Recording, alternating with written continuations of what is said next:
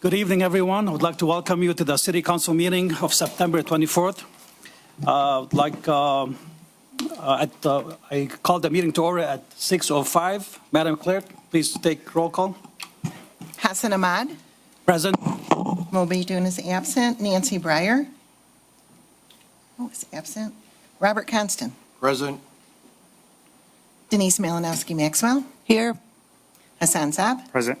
And Tom Wenzel. Here. Mr. Chair, you have a quorum. Thank you, Madam Clerk. Second, we'll go into the Pledge of Allegiance. I would like to call the Crestwood students, Layla, Riham, and Sarah, to lead us in the Pledge of Allegiance. I pledge allegiance to the flag of the United States of America and to the republic for which it stands, one nation, under God, indivisible, with liberty and justice for all. Thank you very much.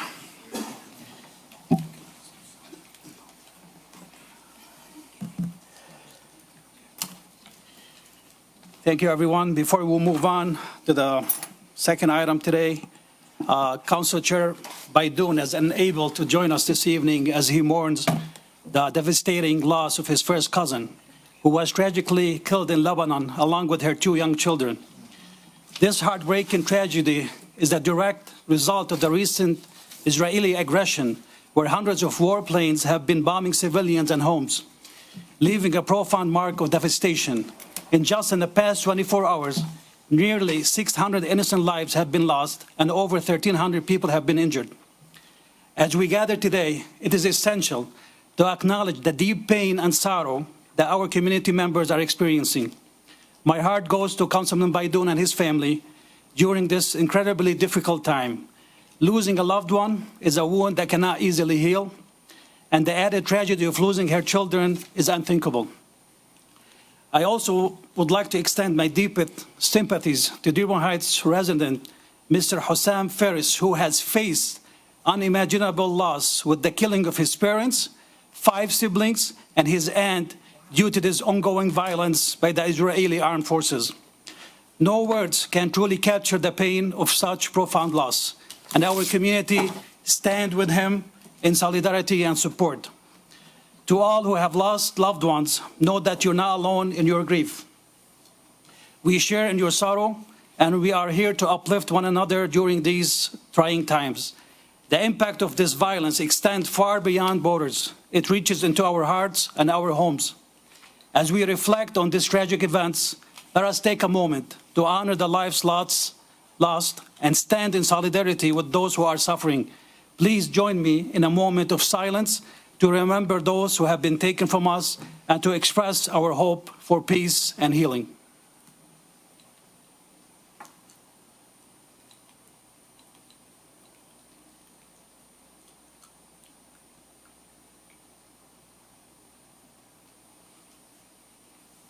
Thank you very much. Thank you, Councilman Ahmad. Thank you. It's okay. As we move on to the second item on the agenda today, would be City Council city recognition, resident recognition.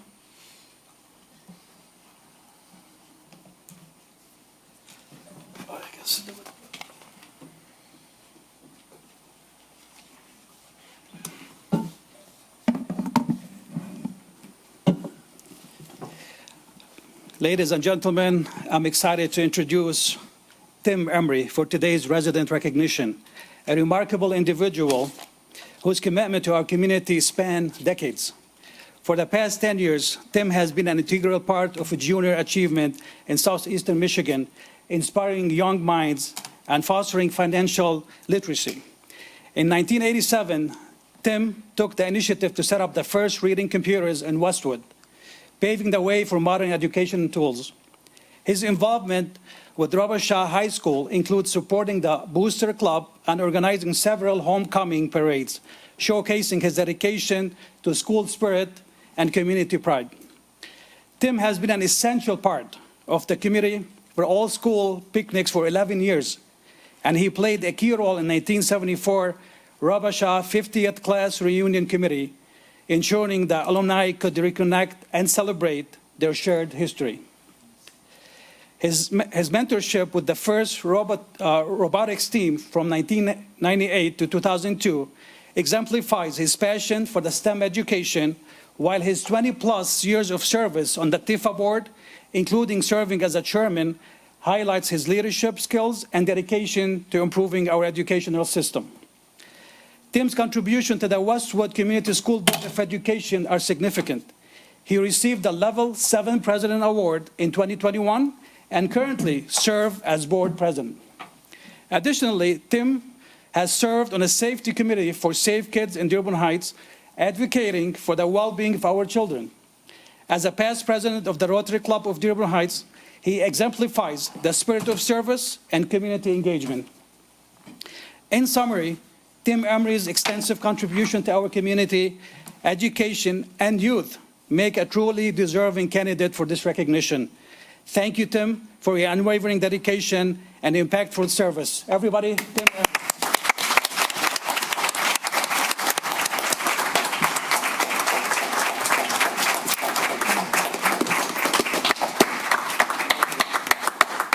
Council members, if you'd like to join me, please. Dearborn Heights City Council Certificate of Recognition presented to Timothy Emery in recognition of your exceptional leadership, unwavering dedication, and unrelenting commitment to serving our community with distinction, compassion, and unshakable resolve to improve the lives of those around you. Signed by Council Chair Baidoun, myself, and all council members. Mr. Emery.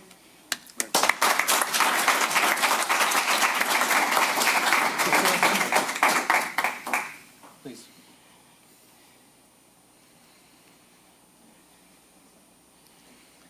Can it is Yes, my family? Please, Okay. please, you got the podium. Yeah. Good evening, everyone. At this time, I'd like to introduce you to my wife, Sherry, our youngest son, Michael, who's also a Dearborn Heights employee. Our superintendent of Westwood Schools, our stupendous superintendent, Stiles Simmons. All my friends.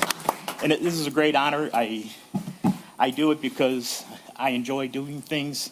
And I was talking to John Siddiqian earlier today, and I says, I go back to our superintendent when I first got involved in the schools, Dr. Aquila Bradford. She says, if you want something done, ask a busy person. So that's kind of like how I got involved and keep involved. And we have Tom Roscoe sitting down there. He's our TIFA coordinator. So, Well, give him a round, too. so thank you for the award. I appreciate it. Thank you, Mr. Emery. Thank you for all you do. Thank you for your Council members, service. anybody would like to say anything? Yes. Councilwoman, please. Yes, I've known Tim for a very long time. He and my dad were great friends, and he does everything for everybody. And there's nobody more deserving than what Tim has done. Thank you very much, Tim. Absolutely. Councilman, would you like to, Councilman, please. I too have known Tim for a long time, and one of his best traits is that he does so many things, and a lot of them are behind the scenes. And he's not out there promoting himself. He promotes the youth of Dearborn Heights, and he's a great man. I'm proud to call him my friend. Thank you, Tim, for everything you do. Plus, Tim has probably hardly ever missed a city council meeting on Zoom. You're right. Thank you, everyone. Sometimes it's a good thing if you don't hear me. Yeah. Thank you again. Moving on to agenda approval. Council Chair, Councilman Saab. move that the Dearborn Heights City Council approve the agenda for the regular minutes of September 24th, 2024 as submitted. Do I have a second? Second. Second by Councilman Constant. Any discussion? No discussion? Whoever is in favor, please say aye. Aye. Any opposed? The ayes have it. Approval of the minutes. Council Chair, Councilman, I move that the Dearborn Heights City Council approve the minutes for the special meeting of September 5th, 2024 as submitted. Second. second, a motion by Councilman Saab, seconded by Councilman Constant. Any discussion? Whoever is in favor, please say aye. Aye. Any opposed? The ayes have it. 4B, minutes for the regular meeting of September 10, 2024. Council Chair, Councilman Saab, Council Pro Tem, I move that the Dearborn Heights City Council approve the minutes for the regular meeting of September 10th, 2024 is submitted. Second. A motion by Councilman Saab, seconded by Councilman Constant. Any discussion? Whoever is in favor, please say aye. Aye. Any opposed? The ayes have it.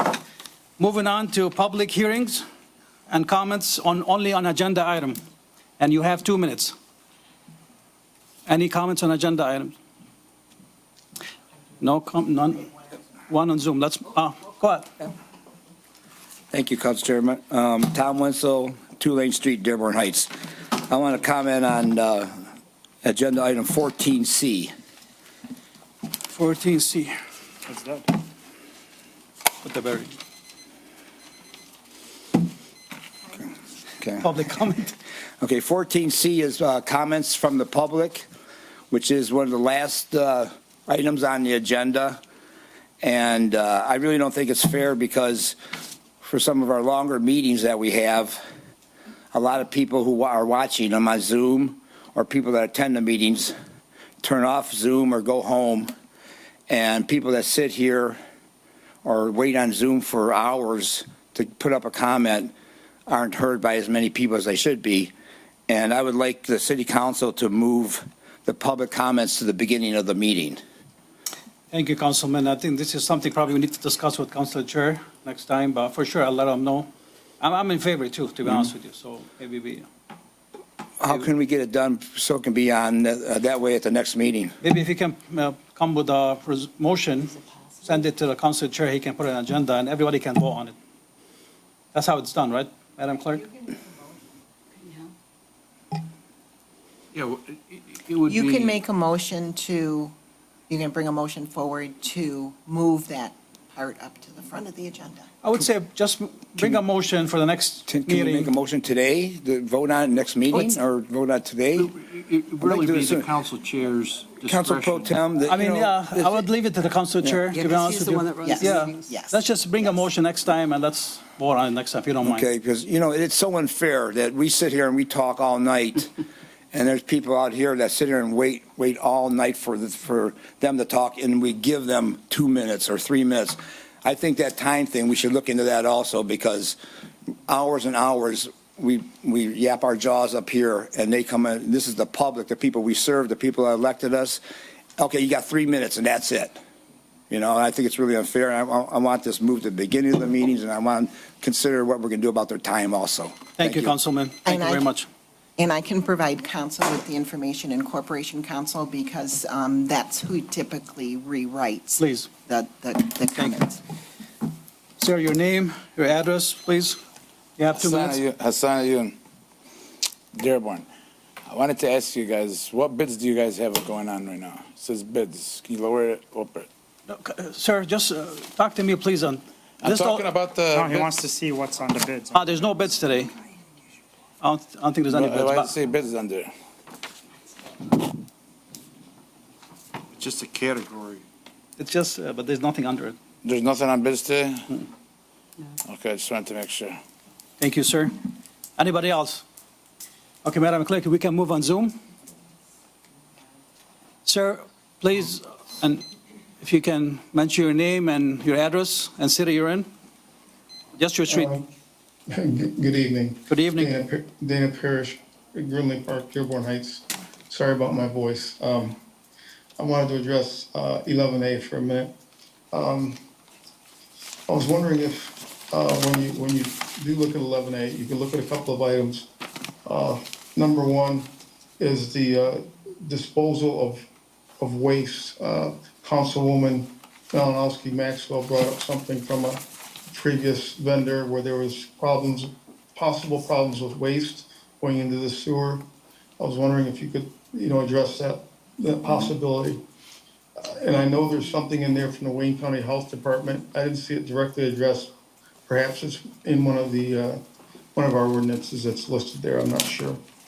The other thing is, I don't know if there's anything in there about the fire department, fire extinguishers, things like that, because some of the vendors do cook. So I don't know if there's anything addressed on that. The other thing was,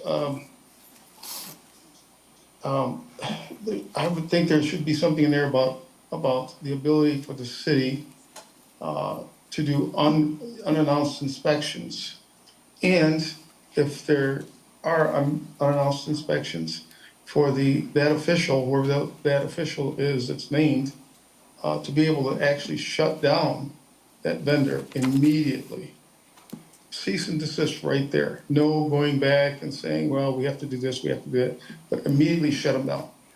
Because there have been instances, I think almost all of you said, there's been instances where things have been going on. There should be a clause in there somewhere to be able to shut them down if they need to. I know it's rare, but if it happens. Thank you for your time, I appreciate it. Have a good night. Thank you very much, sir. Any more comments on Zoom, Madam Clerk? Yes, we do. We have, Treasurer. Yeah. Hello. Good evening. Good evening. Can you hear me okay? Yeah, Madam Treasurer, please go ahead. Yeah, hi. Yeah, Lisa Hicks Clayton, Treasurer. I'd like to address item 9B, just with some information. This is 9B with IT Director Cooper and PEG funds. As this honorable body knows, PEG funds are restricted and limited to what those funds can be used for. And when looking at the current fiscal year budget, basic accounting principle is you have two accounts. You have a revenue and you have an expenditure account. When you look at your current fiscal budget, we see the revenue coming in for PEG funds, but the expenditure is at zero. So Director Cooper is asking you for appropriations of $25,000, but I would say, and this is what I would ask the council to consider, is your expenditures and revenues should match, right? So if it's $140,000 over here, $140,000 over here. Again, restricted funds, and I do have those in restricted bank accounts. So when that's brought to your attention, I would say maybe even ask for a capital improvement plan. What are the funds going to be used for? How much? Give you some ideas, because you as a council body, it is, your responsibility when approving that, but you need to know what you're approving and for how much. So that's all I wanted to leave with you this evening. Thank you. Thank you very much, Madam Treasurer. Any more comments? Well, Councilman, I have a question about this. You have? That's your comment? You're all set. Yeah, Anybody else? I have a question for the treasurer. Madam Treasurer, are you still on? Yes, let me unmute her again. You want to leave it till the item comes in? Let's discuss it when we have it on the No. agenda. Can we do it now because I'm at an event? You are? Okay. Conference? Go ahead, Yeah, Councilwoman. Thank you, I madam. stepped out. No problem. So this $25,000 is restricted to what it can be used for, right? That is correct. And we don't have to match the funds. No, it's not. We have the What do money. you mean by match? You're saying I was if- talking about the accounting principles. Yeah, is what I so was talking you're saying about. there's 125,000 in there, so we have to match it with 125,000 supposed to be So balanced. if you're, yeah, so the way the budget should look, and this is no fault of the comptroller, current comptroller at all, because she wasn't here during the time when the budget was going on. But your revenue, you have two accounts, you have revenue and you have expenditures. Right. They should balance, and they don't right now. And I understand from my discussion earlier that I had with IT directors that the council maybe had rejected all capital outlay plans. And I think I would imagine you would want that, because that money is coming in. Okay, we get PEG money, that's your revenue side. But your expenditure, how are you spending that money?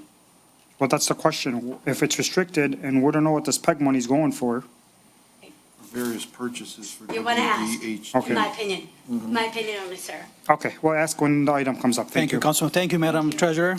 We're moving on. Any more comments? Madam Clerk? No more? You do? Purchases for WDH. Please, can you unmute him, please? You have a question? There's one more in the audience.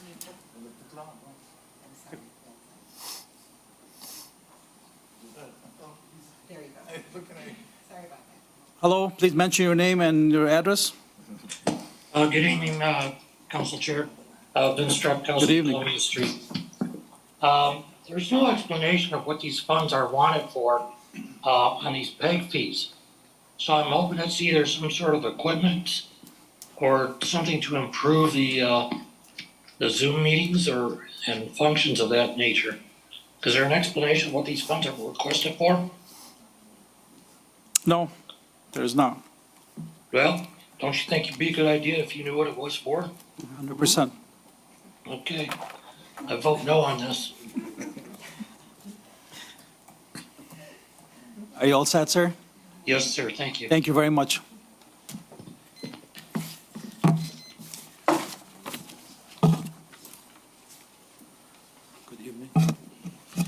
Good evening, Good evening. everybody.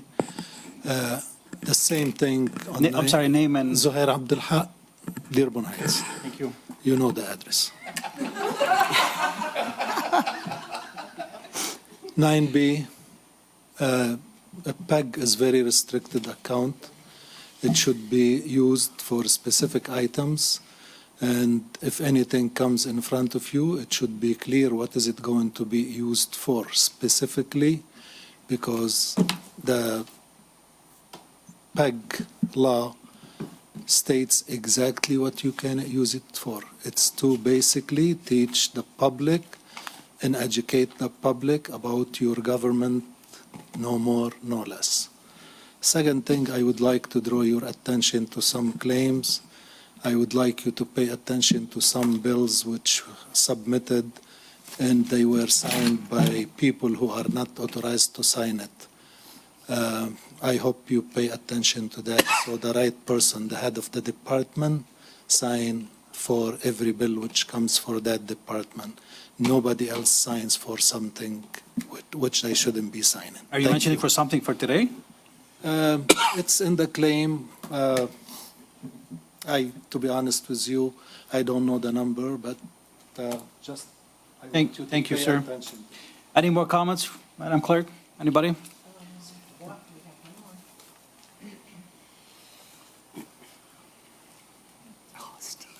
Please mention your name and your address. You have 2 minutes. Yeah, this is Steve Vale, East Pleasant Ridge Street, Dearborn Heights. I'm in total agreement with what was mentioned. This is in regards to 14C, public comments. I was going to bring it up myself, but Councilperson Wenzel beat me to it. I would like to see that this item for public comment be moved up in the agenda. I've noticed in the meetings that I have attended that the administration tends to leave prior to anybody from the public make any comments that need and possibly could use his input. I believe by moving it up earlier into your agenda, this would allow everybody, administration as well as council, to hear the various comments that need to be said and maybe requests that need to be had. My understanding is that council does have the authority to make a resolution and then to pass that resolution tonight. Also, I've noticed that in regards to that the chairman is online at this point in time. So I would urge the council to maybe discuss this a little bit and come up with a resolution and vote on it tonight. I don't see this as being that big, other than it does move it up within the agenda. It may take a couple more minutes, but I think it's something that is needed to provide the public better access to its government. That's it. Thank you, sir. Thank you very much for your comment. I just got one more question. I didn't use my minutes. I know you already spoke, though. I'm so sorry. All right, no problem. I believe I prefer just to wait till council chair is here and so And he make can't the- participate Yeah, and he in the cannot meeting. vote on it right He now. can't. Correct. Thank you, everybody. Moving on to Council number Pro Tem. 6. Councilman? Just to comment on that last gentleman's statement, just to clarify this, is this something that has to be voted on by council, or can the clerk and the chair do this on their own? It's part of council procedure. Council procedure, okay, thank you. Thank you, sir. Thank you very much. Moving on to number 6, fund transfer and current claims. Council Chair. Councilman Council Saab. Pro Tem. I move that the Dearborn Heights City Council approve the current claims ACH and wire transfers 6-1 through -6-19 and 6-21 through 6-42 as submitted. Support. A motion by Councilman Saab, seconded by Councilman Constant. Any discussion? Whoever is in favor, please say aye. Aye. Any opposed? The ayes have it. We have no bids. Moving on to number 8, reports from the mayor. 8A, Dearborn Heights Panthers Junior Football League Parade 2024. Council Pro Tem Ahmad.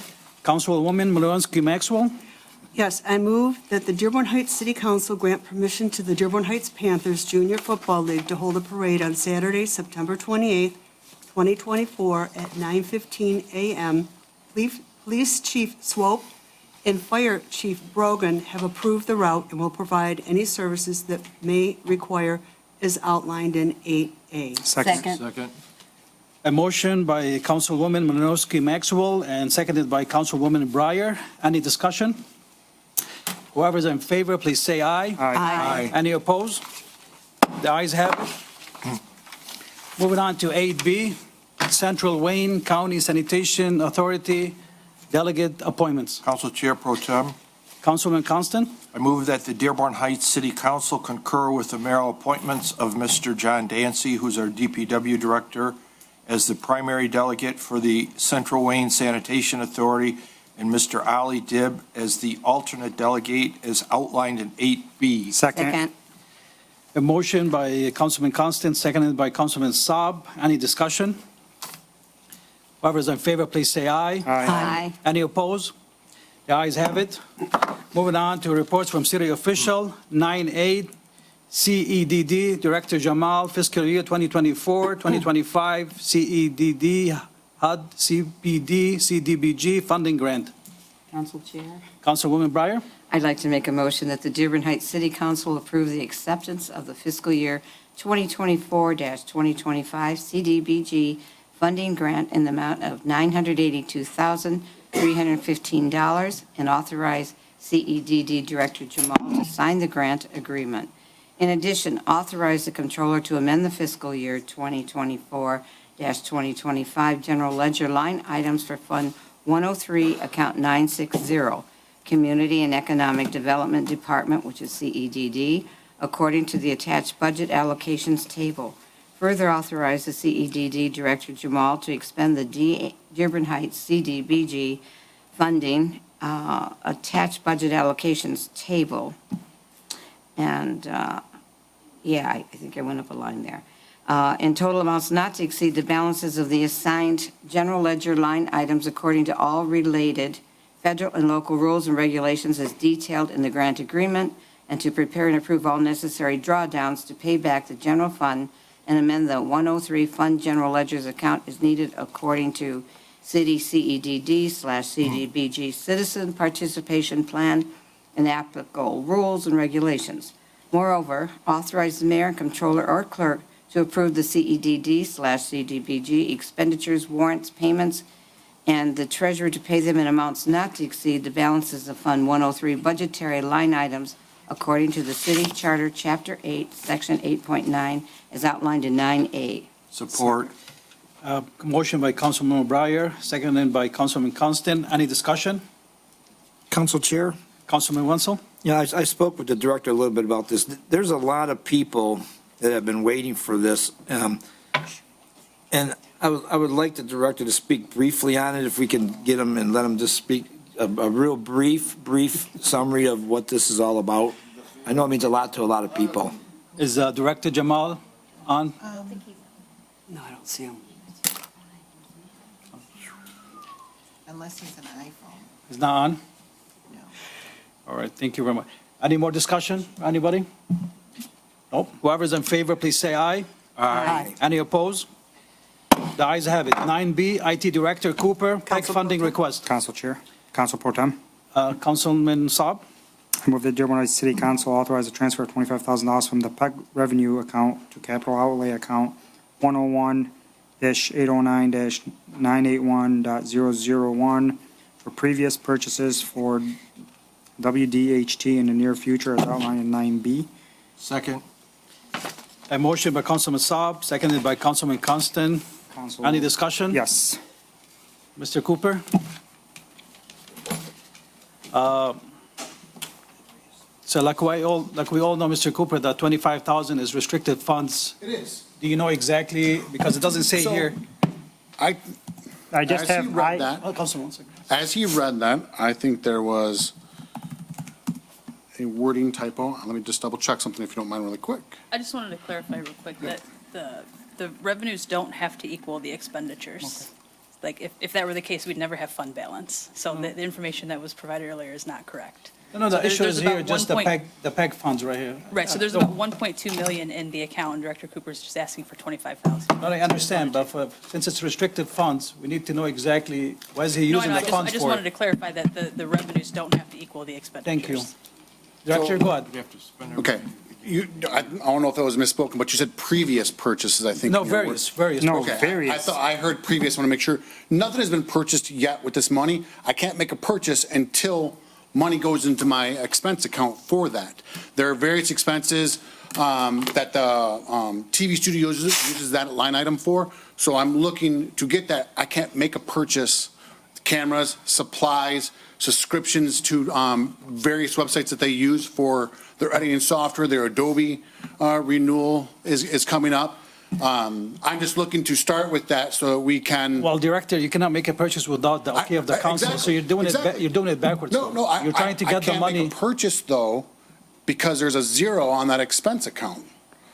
Well, once you have something you need to buy and it's not it goes with the restricted funds, that you can bring it back to council and we can move the money or approve the purchase. That's the way I look at it. Wouldn't we want to do a budget amendment, which this is, to put the money into that account so I can make that purchase in the future? You asked to make sure that no administration was making a purchase if that line item in that account or in the budget was a zero. I'm doing what you requested. I'm asking for that budget amendment so I can have that money to spend into the future. This is not purchasing the item right now. It's just so that I can make those purchases in the future for the TV studio. I can't make a purchase. I can't put anything together, I'm sorry, ma'am, until there's a value in there. I need a budget to be able to know what I have to work with. So let me go, Councilman Sabas first, please go ahead. Yeah, I have a few questions to this. So I understand what you're saying, but we're authorizing $25,000 restricted funds for PEG funds. Correct. But, I mean, are you going to come back for anything you purchased to council for approval? Yeah, because that's required, one. yes. Number two, is any of this money being used for so-called the future studio that you guys are planning on building or attempting to build? No. Okay. Nope, it's not. All set, Councilman? I'm all set. Councilwoman? Yeah, I guess if I'm hearing this correctly, you're just trying to put something in a zero-line budget that's zero right now. Correct. Because if something little happens that you need that's even $100, you don't have it there. Correct. to Exactly. purchase. Okay. Yep. Okay. And as I heard correctly, Madam Comptroller, you said this is totally fine? Any more discussion from anyone? Council Pro Tem. Councilman? Your budget, the money that you spend, is that all PEG money?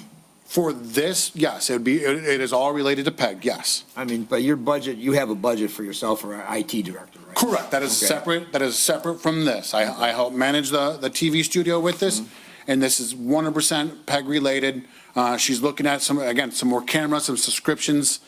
We just actually have to renew a subscription for Motion Array that gives her some of her editing software and everything. Couldn't you have come to us and give us a list of items that equal 25,000 and said, this is what I'm going to purchase in the future? And then you could have altered it as you went or something. I mean, it would look a lot better that way. You know, I know what you're saying. You know, you like to have like money in a checking account. Yeah, to buy stuff. I get that. But it was, hey, I know we're gonna have some purchases coming up very quickly.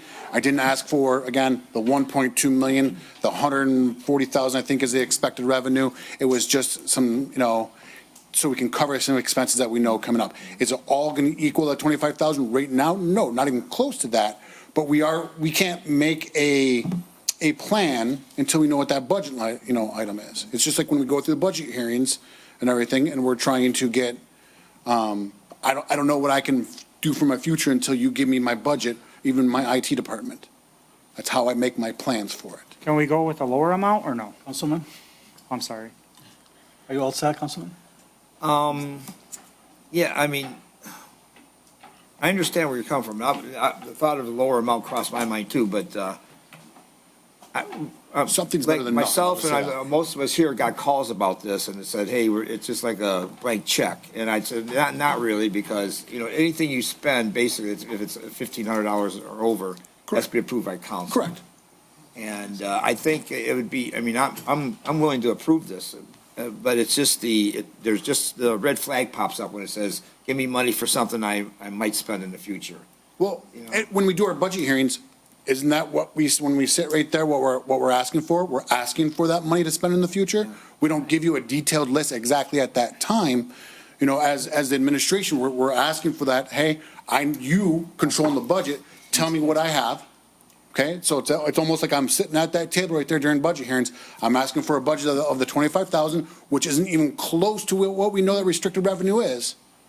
Okay, so that I can actually now make my future plans sitting down with Angela and John, so we know what we're going to do. Because again, they're looking at stuff. They're not going to continue looking at cameras and different purchases if they know that there's not any money there. Well, you know, you could come to us and ask for $300,000 for something, if it's warranted. You know, that's what, I mean, I'm kind of in favor. Would you be willing to take you want to take over here on this? Yes, I do. Council Pro Tem. All set, Councilman Winslow? Yes. Yeah, through the Councilman chair. Saab, please go ahead. So I have a few questions. Wasn't this denied before? Originally, on the very original budget, it was about 500,000 because that's what it had been. From what I was told, it was always kind of carried over year by year, that budget for the PEGs. Because again, it was PEG revenue, not general funds. It was always just kind of moved over into it. Okay, so, and my other question is that whenever you come for us for something that's needed for the city, we'll go look at it to approve it. I just think that because it's such restricted funds and there's so much to come with it, is it kind of lower amount be okay with? Yeah, I'm not gonna lie. The 25,000 was just because, again, a camera can easily be $5,000-6,000, so that money can kind of go pretty quickly. That's why the PEG funding, there's so much money, in there. I'm willing to work with you. I've got no problem with that at all. Council Chair Pro Tem. Are you all set, Councilman Saab? No. Can we do? So can we do last year, 10? just last year, last year no, not last year. This had come in front of us already. I'm just trying to remember when it was. Was it last year or was it this year? No, I've never come to you for the PEG because there's always been about $500,000 on this line item in the budget since I've been part of the city. I mean, it seems like there's so many questions right now, I know the treasurer said something, the controller said something, the IT director is saying something. I would say, let's table this, let's get more clarification, and you're not in a hurry. I have subscriptions due this month for that. Well, you just said you don't even. I think we should give them some for this. Let's do 5,000. That's the give me, yes, that. 5,000, but I want that 5,000 to come to us. I'm not spending 5,000. Like, there's the subscriptions that we're doing for her, or, annual subscription, it's like $300. That's below the threshold. But again, because that line item is zero, I can't put an invoice in and write on it until, because again, that was actually your request to make sure that administration did not spend any money if there was a zero line item. Thank you, So I'm Director. trying to meet your requirements. Any more discussion from anyone? Councilman Saab, Councilman. Director, going to change his amount to 5,000? If that's what it gets, so I can pay for these subscriptions coming up, You yes. can amend. I can amend it. Madam Comptroller, so once we move the money, does it stays restricted or stays Yeah, restricted? It's always restricted. Okay. I'm okay. Are you guys okay? Who did the motion? I You did. did? Yeah. Are you okay amending the motion to 5,000? to 5,000 from 25,000. So a motion by Councilman Saab was amended to $5,000. Councilman Constant, you second the motion? Seconded by Councilman Constant. Any more discussion? Whoever's in favor, please say aye. Aye. Any opposed? The ayes have it. Thank you very much. Thank you, Director. Moving on to 9C, Police Chief Swope, purchase and payment, additional Axon Pro licenses. Council Pro Tem Ahmad. Councilwoman Malinsky Maxwell. I move that the Dearborn Heights City Council approve the purchase and payment of 4 additional Axon Pro licenses. In addition, authorize the mayor and comptroller to sign the warrant and the treasurer to expend the $5,993.28 payment from the federal forfeiture account 265-330-831.265 as outlined in 9C. Second. A motion by Councilwoman Malinowski Maxwell and seconded by Councilman Constant. Woman Breyer. Any discussion? Yes. Councilman Saab? Chief Swope.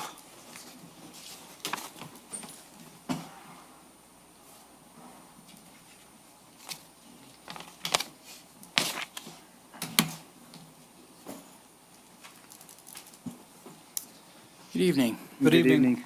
Go ahead, Councilman. Chief, regarding these licenses, so I know we use Axon for multiple things in the department. Is this something that's limited to certain employees, or does every employee have a license to this?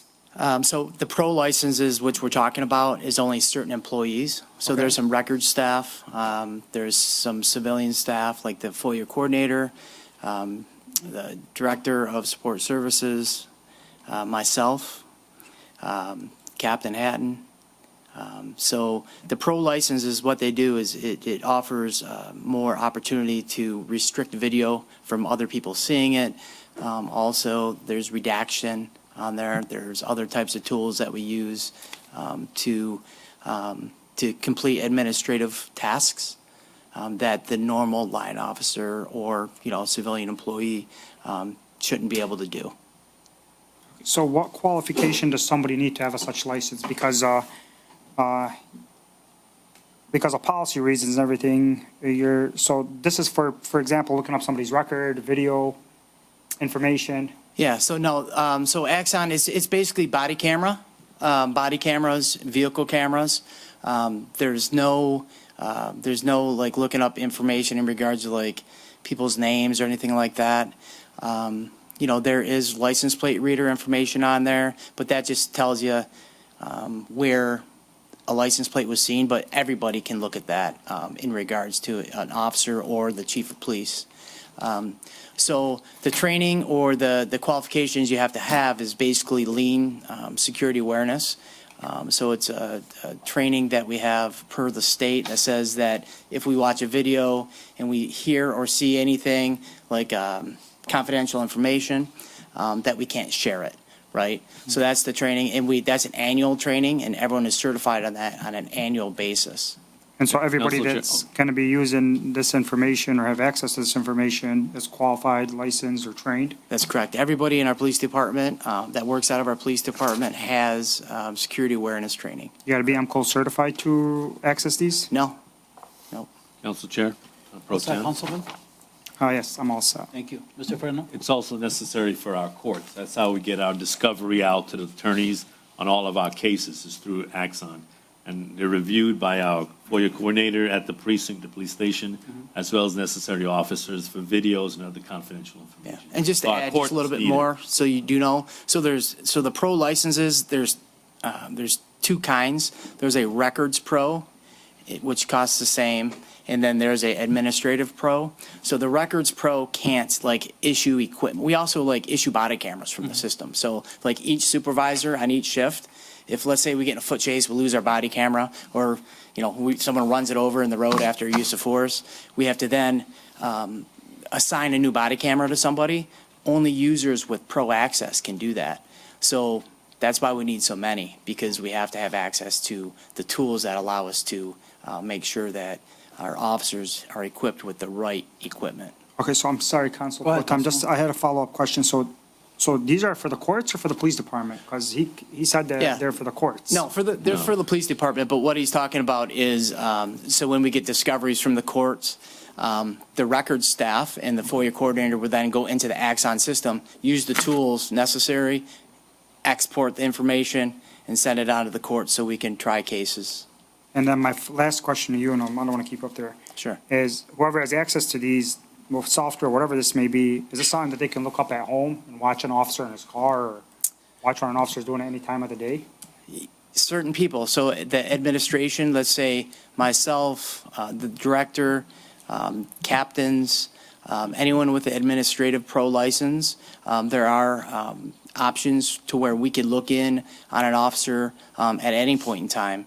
And I think that's a great thing because, if there's a collision, the cars, when they get in an accident, Axon will notify us at home on our app and it'll say, oh, vehicle collision. And we can log in to see exactly, did our officers get hurt? There's also gunshots. So if there's gunshots that go off, it automatically says, hey, there was a gunshot that went off. So if we're at home or at work, we're able to see what happened. So my question back to you is that, and I'm sorry I'm going to keep asking these, but I'm trying to get just clear a bunch of questions I've written up. So you're saying we're going to get pro and pro administration, right? Yeah, they're the same thing. So like if we have, let's say 12 licenses, right, or 10, like we want.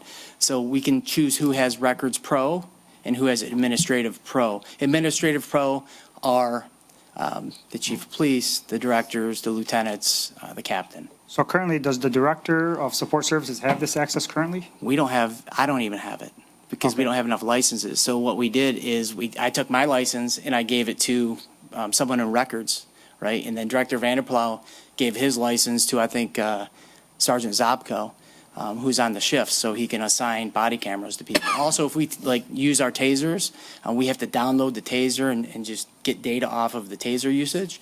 You also have to be a pro user to do that. So, yeah, but when we do have enough licenses, the Director of Support Services will have that because he is also the head person of our Investigations Bureau. So has he had it since he's been hired?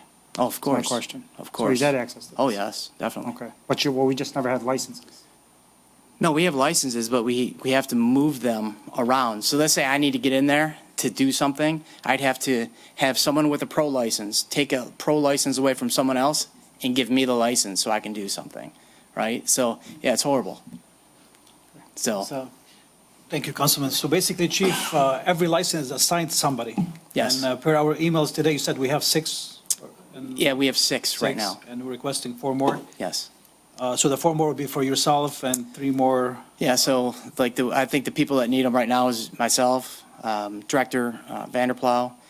We have another one for, I think, Sergeant Suggs and Captain Hatton. I don't know actually who has them right now because anytime we need to do it, we have to transfer them around, right? So it's a system to where, we've been able to hire more people and get better at, our administrative tasks, which now requires us to have more, more licenses because we're more transparent and we do a better job at managing the police department. Thank you, Chief. Any more discussion, anyone? One last question. That's it. I've said the last questions 10 times. Can I get a chair? So these licenses now become like permanent to you? They'll So probably they'll be have enough to permanent. where it's Yeah. yours, it's not going to be transferred to somebody else? Or Yeah. Unless there's a glitch in the system or something, our plan is to not have to go and find a license from someone so we can do our jobs. Correct. Councilman, go ahead. Yeah, just so everyone knows, all the departments have this, all the departments in the area, Wayne County Prosecutor. So for discovery, if you make a discovery request, you go to the website, you have an access code, you go in, and you, over a certain amount of time, can download the discovery, the evidence. So what it does, it's controlled, it protects everyone's privacy, it shows that the attorney got the information and so forth. So it's a good tool that all the departments use. Thank you, Councilman. We already have 6, so we already use it. They're asking for 4 more. Yeah, because there's more officer. Any more discussion from anyone?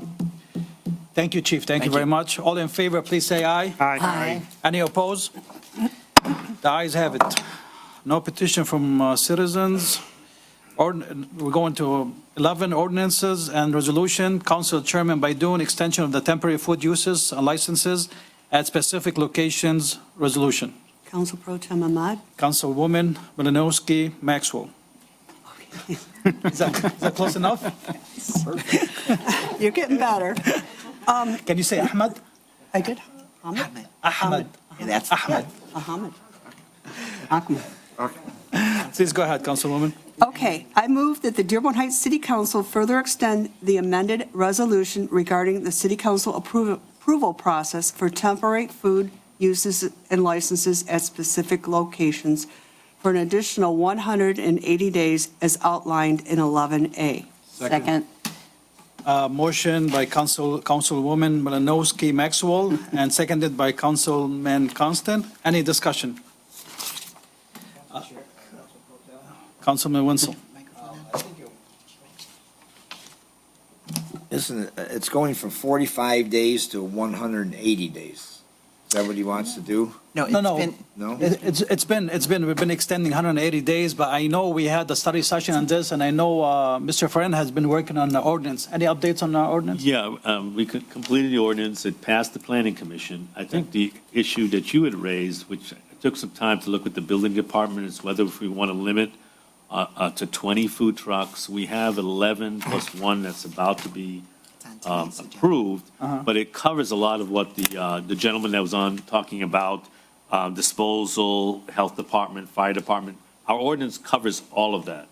But the problem is if we limit to 20 and we have a food truck fair or more food trucks, we'll go over that limit, for Ramadan and other things like we've had. So the question is whether we want to limit it to 20 or just let it go where every food truck has to provide a site plan to the buildings department. It has to go through Wayne County Health Department, fire inspections. It has to get the approval of the brick and mortar building that's adjacent to. So everything is checked, verified. And then the requirement is $1 million for insurance coverage rather than the 150 that currently. But I'll bring it back to the council. I couldn't get past the issue of the 20. I believe Mr. Fernan, when we had the discussion at the study session, we said 20 because I think all council members, they want to limit to 20 at one time. So only 20 at one time that are existing and in operation. So if somebody decided not to do business anymore, then somebody else can apply and take their place. What if we have 11 or 12, and that's below 20? But if we have a fair or a food truck rally or something. Well, that's different. This is, we're talking about stationary, like they're all year long. But if we have a, special event, I think that would be different. Okay, then I'll present it at the That next should be council under meeting. different, For final like approval. temporary license, and not all year long, I believe, correct? The ordinance is for 1 year, but it has to go through all the inspections, and it's subject to the further inspection by our ordinance department to make sure, all the permits are there and current, and the truck itself, it stays with that truck. It can't be transferred to another truck. Correct. So which doesn't. So I'm saying if I want to have my own party and I invited or I ordered the truck from out of the city that's coming for only 2 hours for my party and leaving, they still need a permit, correct? But they're not staying. So they don't need, I think we need to have something for something really short, like special events. We have that that's in the ordinance. Okay. But I'll highlight it and make sure when I bring it up to address that issue. So go ahead, Councilwoman. I'm suggesting that we just set this aside for now, since we have an actual resolution, an ordinance coming from Roger in regards to this. We should, we don't want to clash. We want to make sure. Well, I think he's the other even one if on we the pass books. this, we need to pass this because we have to approve someone agenda today, to be honest with you. So if you don't pass this, it's already expired, we cannot approve more. So people are in business right now, they'll be without a license. I would say even if we approve this, he'll bring the ordinance to us, we can still approve the ordinance and oversees this extension. Is it going to clash with this at all? Yes, it'll supersede. It's supersede, doesn't That's clash. fine, that's fine. I just Any more discussion from anyone? Council Pro Tem? Councilman Wenzel? I'm a little confused by all the conversation that went on here about the number of trucks and in the resolution, the change is that the temporary permission for a period of 48 days is changed to 180 days. No, Councilman, this is just to extend Yeah, but the temporary license for the food trucks until we have the ordinance. So if we pass this today, he bring us the ordinance next meeting, we approve it, that's it. This is null and void, doesn't go anymore. So we go with whatever the ordinance we approved. So this resolution here, are we approving this resolution or are we approving? We approved an extension for whatever the resolution we had before. This It's is the been going on previous for 2 years. resolution. Was that changed from 45 days to 180 days? No, it's been. Already been approved? We've been extending for 6 months at a time. 6 months at a time. Yeah. Well, that's more than, We've been doing this for the past 3 years. Well, I don't know, why is it crossed off and highlighted in this resolution then? I don't know where you're looking at. Right here in my backup. Because that was what it was amended. That's the amended version. This is the amended version. Yes. That's That has been kind of confusing, previously because it looks like this is what they want to change it to. No. It's crossed off, highlighted, change it to 180 days. But then it's 6 months right now, temporary food truck license? That's what we've been doing we've been extending this every 6 months. So we did this early in the year, then we're doing it again. So hopefully by next meeting, we'll have the ordinance. We don't have to extend anymore. I don't remember extending 6 months. I probably voted no on that. We've been doing it for 3 years. Yeah. Right, Madam Clerk? Yes, I Please can look it confirm. up and I'll let Okay, you know. well, I mean, that's what I was confused about, why it's in there like that. Why it shows, it looks like it's an amendment on that resolution. All set, Councilman? So what, so if this needs to be approved because we have another item on the agenda coming up for a. Well, if we don't approve all the trucks in the city, they can't operate anymore. So we need to approve this, so all the trucks in the city remain in business. This one here. We're just approving this resolution that is outdated now and expiring? Correct, like every 6 Where's the months. expiration date on there? We've been extending every 6 months. I mean, it doesn't explain, this backup doesn't explain what this is all about, because I was looking at that. But anyway, So this is the first time we approved it was on October 11, 2022. So now this will expire probably October Yes. 11, 2024. Because we extend it every 6 months. So the very first one was approved on March 8th, 2022. That was for 45 days. Mm-hmm. On October 11th of 2022, that's when it was amended For 6 to months? extend it to 6 months. 180 right. days. And the current one that we have would expire September 30th. So which So is we next want to be Monday. proactive, right? Thank you, Madam Clerk. Any more Okay, discussion? well, Council Pro Tem. Yes, sir. Councilman? How can we get by this, like Councilwoman Malinowski Maxwell said, put this aside and until we get this ordinance that's approved by the planning commission? I mean, I haven't seen it. I mean, can we get it to where this is only in effect for 30 days or something? Or, and then we can look at the ordinance and see how the new ordinance applies to this? Well, the thing is, even if you approve this, whenever he brings the ordinance in, we'll discuss that, and we have to approve whatever we approve or not approve that ordinance. But I would say, everybody, instead of like approving it now for 30 days now, and we change something in the ordinance that's going to push it another couple months, then we have to approve this again. Because if we don't approve this, those So- businesses is so basically, they have to anybody, stop okay, if we operating. approve this, so anybody that has a license now will be extended 6 months. Correct.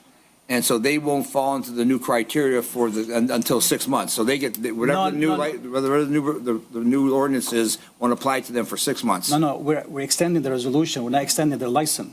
Once we have a new ordinance, they have to obey, they have to go under the new criteria with the new ordinance. Once the Right, license expired. immediately? Once their license expired, I believe, right? Right, yes, and we've had a study session on this already, first reading on this already, so we've gone through the question. I think Council Winston was absent that day. for the Okay, study I session. think you're right. So basically, we're not extending the licenses, we're extending the resolution we had to have temporary food trucks in the city All right. until we have the ordinance. Any more discussion? I see none. Whoever's in favor, please say aye. Aye. Oppose? The ayes have it. Moving on to new business, 13A, temporary food truck tent cart license renewal application, Smash D. Council Pro Tem. Councilman Saab, I move that the Dearborn Heights City Council approve the temporary food cart license renewal application for Smash as outlined in 13A. Second. a motion by Councilman Saab, seconded by Councilman Breyer. Any discussion? I hear none. All in favor, please say aye. Aye. Any opposed? The ayes have it. Moving on to 13B, business renewal, business license renewal, West Financial Auto Group. Council Pro Chair. Tem. Councilwoman Milanowski Maxwell. I move that the Dearborn Heights City Council approve the business license for renewal for West Financial Auto Group located at 5952 North Telegraph as outlined in 13B. Second. A motion by Councilwoman Malinowski Maxwell, seconded by Councilman Saab. Any discussion? All in favor, please say aye. Aye. Any opposed? The ayes have it. Moving on to 13C, business license renewal, Anthony's All Car and Truck Sales LLC. Council Chair. Councilman Saab. I move that Dearborn Heights City Council approve the business license renewal for Anthony's All Car and Truck Sales LLC at 20032 Van Born as outlined in 13C. Second. Motion by Councilman Saab, seconded by Councilwoman Malinowski Maxwell. Any discussion? Council Chair? Councilman, Pro Tem? Wenzel. Yeah. Yeah, by Councilwoman.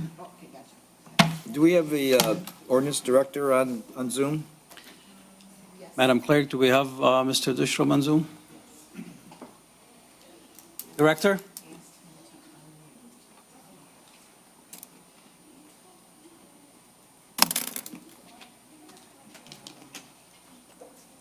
Yes, Council Chair. Go ahead, Councilman. How you doing, Director? Good, how are you, Chair? Good, thank you. Good evening, Director. We have a few license renewals for auto-related businesses. Are you familiar with the four that are on the agenda?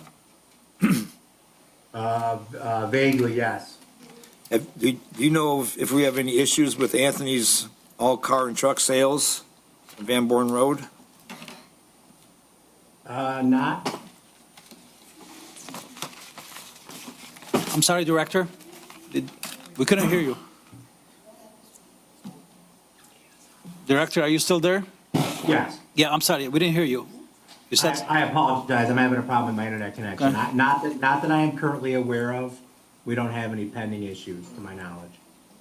Council Pro Tem, a few meetings back, there were some issues, and I thought that we were going to have building and ordinance inspect any license renewal, automotive related or anything else. We had an issue with one that after they went in there, they found all kinds of violations. And I believe, yeah, because Councilman Saab came up with the resolution about auto, but are we following the criteria now, Madam Clerk? Yes. Councilman Saab? I'd refer that Councilman to me. Councilman Winsall, I was actually waiting on a list to come true to make sure the legality of it was right, and we're still waiting to get that back. We were held up, Clerk's so I just didn't office want to was hold up the told- businesses any further. when's this license expire? These are licenses. Oh, they're in your backup. This one expires on October 17th, Right. Councilman.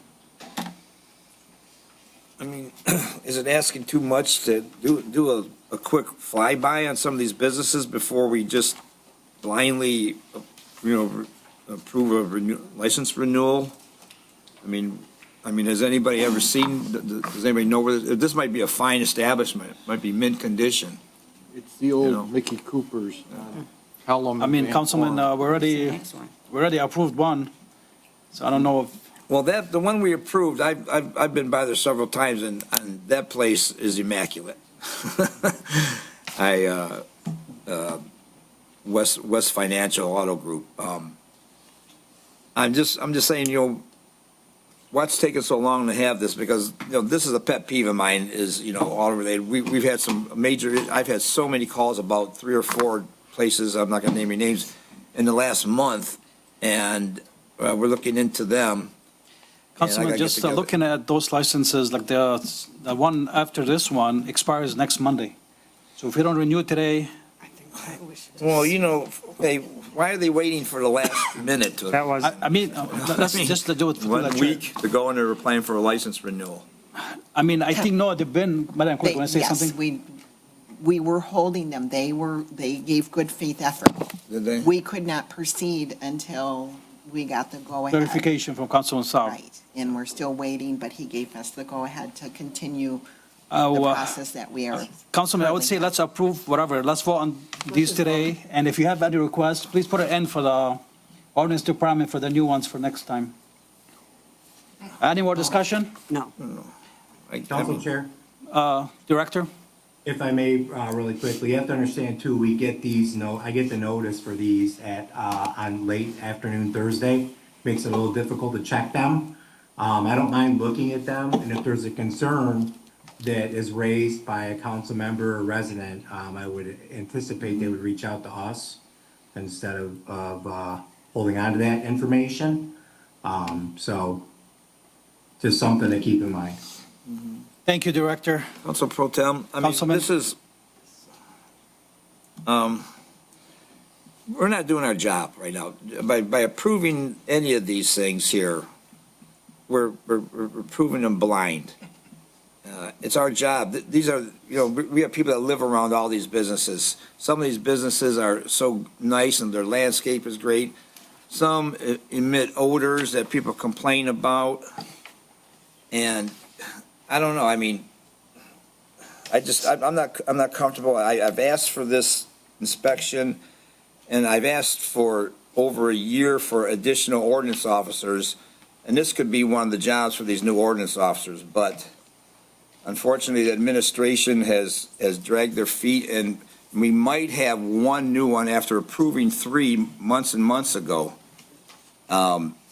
I don't, I mean, I'm going to tell you right now, I'm voting no on this only because, on all the rest of them, because I'm mad that we don't have extra ordinance officers to take care of these issues. We should have a department that takes care of license renewal. That should be a major function of the ordinance department, not to wait to have they should have a guy in there or a girl say, okay, clerk, give me a list of licenses that are going to be up in the next 2 months, and they go out and check those places, so. Thank you, Councilman. I think they should, and I think we're waiting for Councilman Saab to finalize his resolution, so they'll have a better idea how to proceed. Any more discussion? Let's take this to a vote. All in favor, please say aye. Aye. Aye. Any opposed? No. Madam Clerk, please take. Hassan Ahmad. Yes. Denise Malinowski Maxwell. Yes. Nancy Breyer. Yes. Hassan Saab. Yes. Robert Constant. Yes. And Tom Wenzel. No. Motion carries. Motion carries. Thank you, Madam Clerk. Moving on to 13D, business license renewal, Cooper's Garage. Council Chair. Councilman Constant. I move that the Dearborn Heights City Council approve the business license renewal for Cooper's Garage at 21244 Van Born, Dearborn Heights, as outlined in 13D. Second.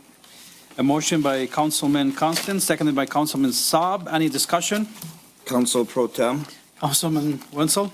Cooper's Garage has been a staple on the south end of Dearborn Heights on Van Born Road for a long, long time, and they're very good, close relations with everyone in the community. But to stay fast with my previous comments, I'm going to vote no just to prove my point.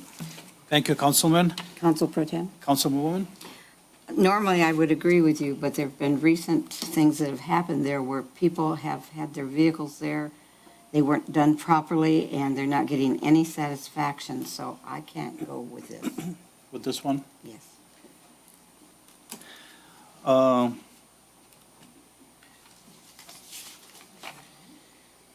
This is Council Pro Tem, Councilman? I am close personal friends with the owner of this garage, so I might have to remove myself from voting on this.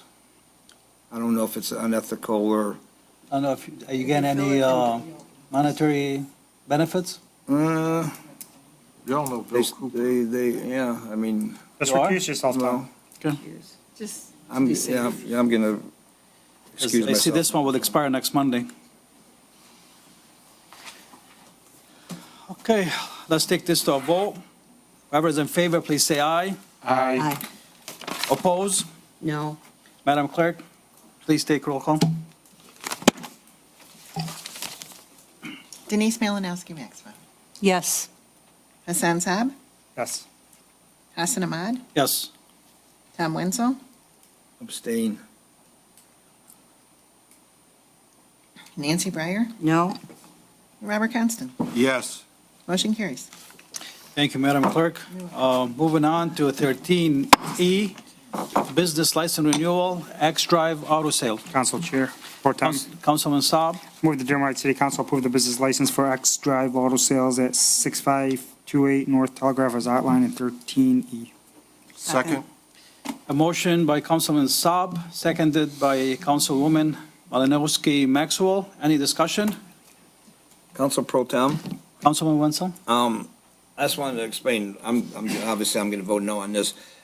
By us approving these businesses, it's not fair to Cooper's Garage. It's not fair to West Autos Financing that take care of these businesses that are immaculate, like Cooper's and West Auto, that we're approving something that is sight unseen. That's, that's another reason. I mean, I respect these business owners, and it's just not fair that these guys keep their establishments up immaculately, and then we're blindly approving other people. So I just wanted to make that comment. Councilwoman?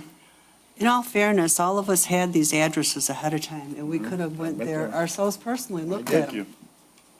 You know, and you don't know if we didn't. We might have drove by. These are in the community. I'm familiar with them. And, yeah, as far as looking at them ahead of time, we all have the addresses.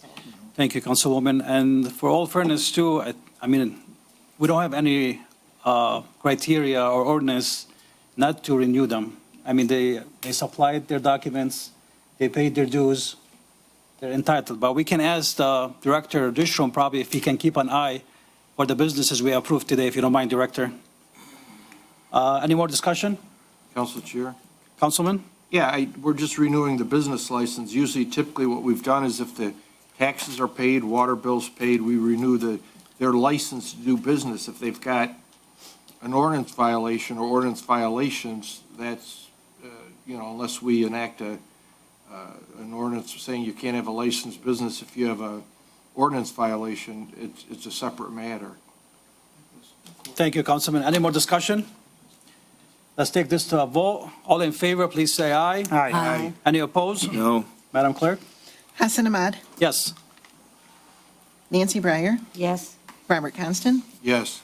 Denise Malinowski Maxwell, Yes. Hassan Saab, Yes. and Tom Wenzel. No. Motion carries. Motion carries. Thank you very much, Madam Clerk. Moving on to agenda item 14, comments from council members. I'll go first, I guess. I'm the council chair today. As we conclude this council meeting, I feel compelled to address a matter that weighs heavily on our hearts and conscience. The ongoing Israeli aggression in Lebanon and Gaza has brought great suffering, tearing apart families and claiming innocent lives, including those of children. Each statistic represents a person, a beloved family member, a friend, a neighbor. As representatives of our community, we cannot remain silent in the face of such tragedy. We must stand up and call upon our federal government to take immediate action to end these attacks on civilians. We need to demand that the lives of innocent people be classified over political agendas. The images of destruction, the cries of the bereaved, the stories of those affected should ignite a fire within us all.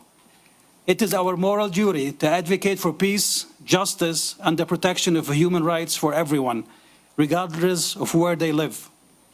Let us be a voice for the voiceless, a beacon of hope for those who are suffering. We must unite in our commitment to ensuring that the cycle of violence comes to an end and a path to peace is forged. Together, let's call for an end to this aggression and work toward a future where all people can live without fear and indignity. Finally, I would like to thank Councilman Wenzel, all council members, Madam Clerk, Madam Treasurer, for a successful city employee appreciation picnic. I dearly enjoyed along with my family, and I'm looking forward for next year's picnic. Any more comments from council members? Thank you. Yes. Councilman Saab? Council Pro Tem, I just want to echo a few things, and I just want to, before I make a statement on what I want to make a statement on the Middle East, I just want to clear something up for the record and something going on with the city and to all the residents and everything. The administration has been going around saying that the council has defunded the police department. And I just want to put out there, just for the record, for anybody, to the administration, the chief here, I'd like to give you one of these papers if you don't have one, chief. This is the first time in the city's history, this is the most expensive budget we've passed in the police department's history was this year, with less police officers. There was a mistake that was made by the police department when they brought the budget in here. The only thing that we cut out of the police budget was $75,000 in overtime, and we said if you need it, the minutes are available and the video is available, you come back and ask for it, we'll approve it. This thing that's going around it, we defunded the police department, telling police officers not to talk to council, associate with council members, email council members. I think it's just absolutely absurd. I mean, to make the police department political is an issue of its own. But I had our awesome controller here today print me the past 3 years if anybody wants this. And I was asking for a laptop attachment to the tablet. I wanted to put this up, but I want to enter this on the record. Last year's budget was $14,958,000. This year's budget that was passed was $15,889,000. The fact is that we did not defund the police. We did not, even the jobs that we removed, they came back through the correct process and were hired back. So in no way, whatever the mayor keeps telling people in public, or anybody that's saying that we're defunding the police, that's absolutely false. A matter of fact, I think we've approved in the past 4 months more than we have approved in any single quarter of a year on new equipment for the police department, which included flock cameras, and there's a resolution coming at the next meeting. It's going to be over $1 million going through for the police department. So for them to say that we defunded the police department, it's absolutely false. And anybody would like a printout of this, I would gladly support and give them one or email you one, whatever you'd like. Appreciate it. Second thing is, I had the honor yesterday to do a ride-along with the city of Dearborn, its police department. I want to give a special thank you to Police Chief Isa Shaheen, Commander Bazzi, Lieutenant Sergio Popescu, and the great officer I rode with who's been on the force for 1 year. His name is Officer Sanad Atallah. Honest to God, it was a great experience. Walked through the police department, met some great people, the equipment they have, technology they have, how they're a community police department, not out to, no politics there. Yesterday I seen what they were doing in the car, pulling people over, giving people warnings, impounding vehicles, reckless drivers. Did a great job. And the only reason I say this, that I went to Dearborn, is I requested a ride-along with our police department, and it was turned down, saying that it was, I needed a background check or security clearance, and then it was that they took it away because of CJI violations. They were going to look into it 2 months. And the reason I requested the ride-along was for public safety. I wanted to ride along with the police officer, involve our chief, the police department, to do a video before school had started, to put out there that there was a zero-tolerance policy for speeders around school zones and everything, because that's the main issue we have is safety around schools, and that was denied. Councilwoman Malinowski Maxwell was also, her height was denied. So I took it upon myself because the chief emailed me over the weekend saying that last week that we're not doing ride-alongs in the city of Dearborn Heights. If I wanted to, I can go to another department. And I did just that, and it was a great experience. We have a great neighboring city police department, and I hope, Mr. Swope, you change that thought and you give council the opportunity to ride with these police officers and not make it political, because honestly, these police officers do reach out to us and tell us what they need, and everything they've ever come to me and what they needed, I put it forward, and it's passed unanimously. We are not here against the police. We are not here after the police. We're here for the police, and we'll make sure we have the best police department there is in the area. Absolutely, absolutely. I'm going to absolutely give you, absolutely. And just for that aspect, Mr. Swope's email did also say that he wants to make sure that he's not in any violations of the law, so he doesn't get sanctioned, and I've given him that opportunity. Okay, so I'll respond to a couple things. Talking about the budget. So, we do appreciate the budget numbers, but we also do appreciate the fact that our officers are doing a great job with less officers, right? And in the police department, we need more officers, and we have access to more officers, but the budget doesn't allow us to hire those officers, okay? So therefore, even though the budget is whatever numbers you gave us, basically what happened was you took away positions from us, right? So when the community wants more officers, I was able to go out and get more officers, but we can't hire the officers, okay? So the money, when you took away the positions, the money went away with it. What positions did we take away? We used to have 103 employees. What budget did you present to us with the amount of officers? I wasn't part of the budget process, but with that being, because I wasn't the chief of police then, but with that being said, we had 103 positions in the police department last year, right? Some of them were vacant. Okay, so our job was to fill those positions. And when we came into budget season, all those positions were taken away. We're down to like 74 employees. So we could have 30 more police officers, but if that was the case, guess what our budget would be?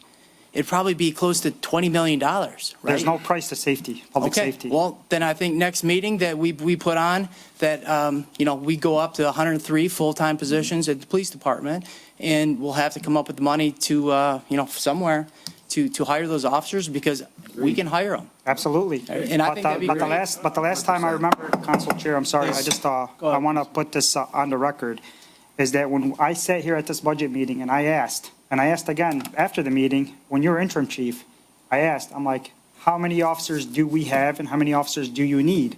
And you said, your exact words right there, said you're fully staffed. You think you have extra officers now at 46 it was, I think, because we asked for. No, at that time, to be corrected, we had 39 officers. We said, how many? You said there's six in the process. Probably won't be hard for the next 6 Fully months. staffed compared to your budget. No, Not my needs. No, this is not our budget. The police department brings us the budget. The What city we brought you removed from the 50, budget, and chief. you reduced it down to 45. What is it? No, we didn't reduce numbers. No, we Well, did here's the deal. the I guess we could officer. argue about it all day long. We did the but Here's officers. the deal. I want more police officers. You want more police Absolutely. officers. The community wants more police officers. I have a list of police officers that have already gone through the process that I can't hire. So I think we need to hire the police officers. All you have to do was put I also have a motion to, dispatchers. I also have dispatchers, right? No, what happens with the motions is this. Okay, you find a way to, I've been told, you find a way to pay for them, you can have them. I've So he's found been ways told- to pay for, I have By who? found ways to pay for things, but I have no more money. I can't get any more money from any more lines out of my budget because there's nothing left. so you come for a budget amendment. But who told you this information? You said you've been told. I've been told multiple times. By? By Councilman Ahmad, Councilman Baydoun.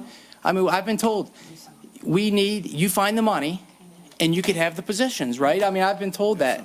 I'm trying to be responsible with the budget you guys gave me. I'm not trying to be irresponsible. So when you say find the money, I'm looking at my numbers and saying, where can I take money from? Like right now, I'm working, with the comptroller to say, listen, I need to take money from my overtime budget, and then I need to throw it into dispatch so I can get my dispatchers hired, right? And then I need to, try and do some cost recovery so I can then replace money to the overtime budget.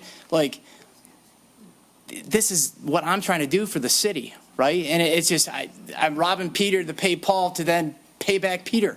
And it's just, it's tough. I asked you too, and just go back. I asked you, do we have enough dispatchers? No. It was 9, and yeah, everybody was saying here, when I asked you, I said you guys took away a dispatcher. You guys, I think, went down to 9.5. No, I think we gave 10. 10? We're supposed to have 13. Yeah, but the budget does not, we don't make the budget. The police department submits the budget to us, what they need. We never took away anything really that you're saying that we took away half of the officers. We didn't do that.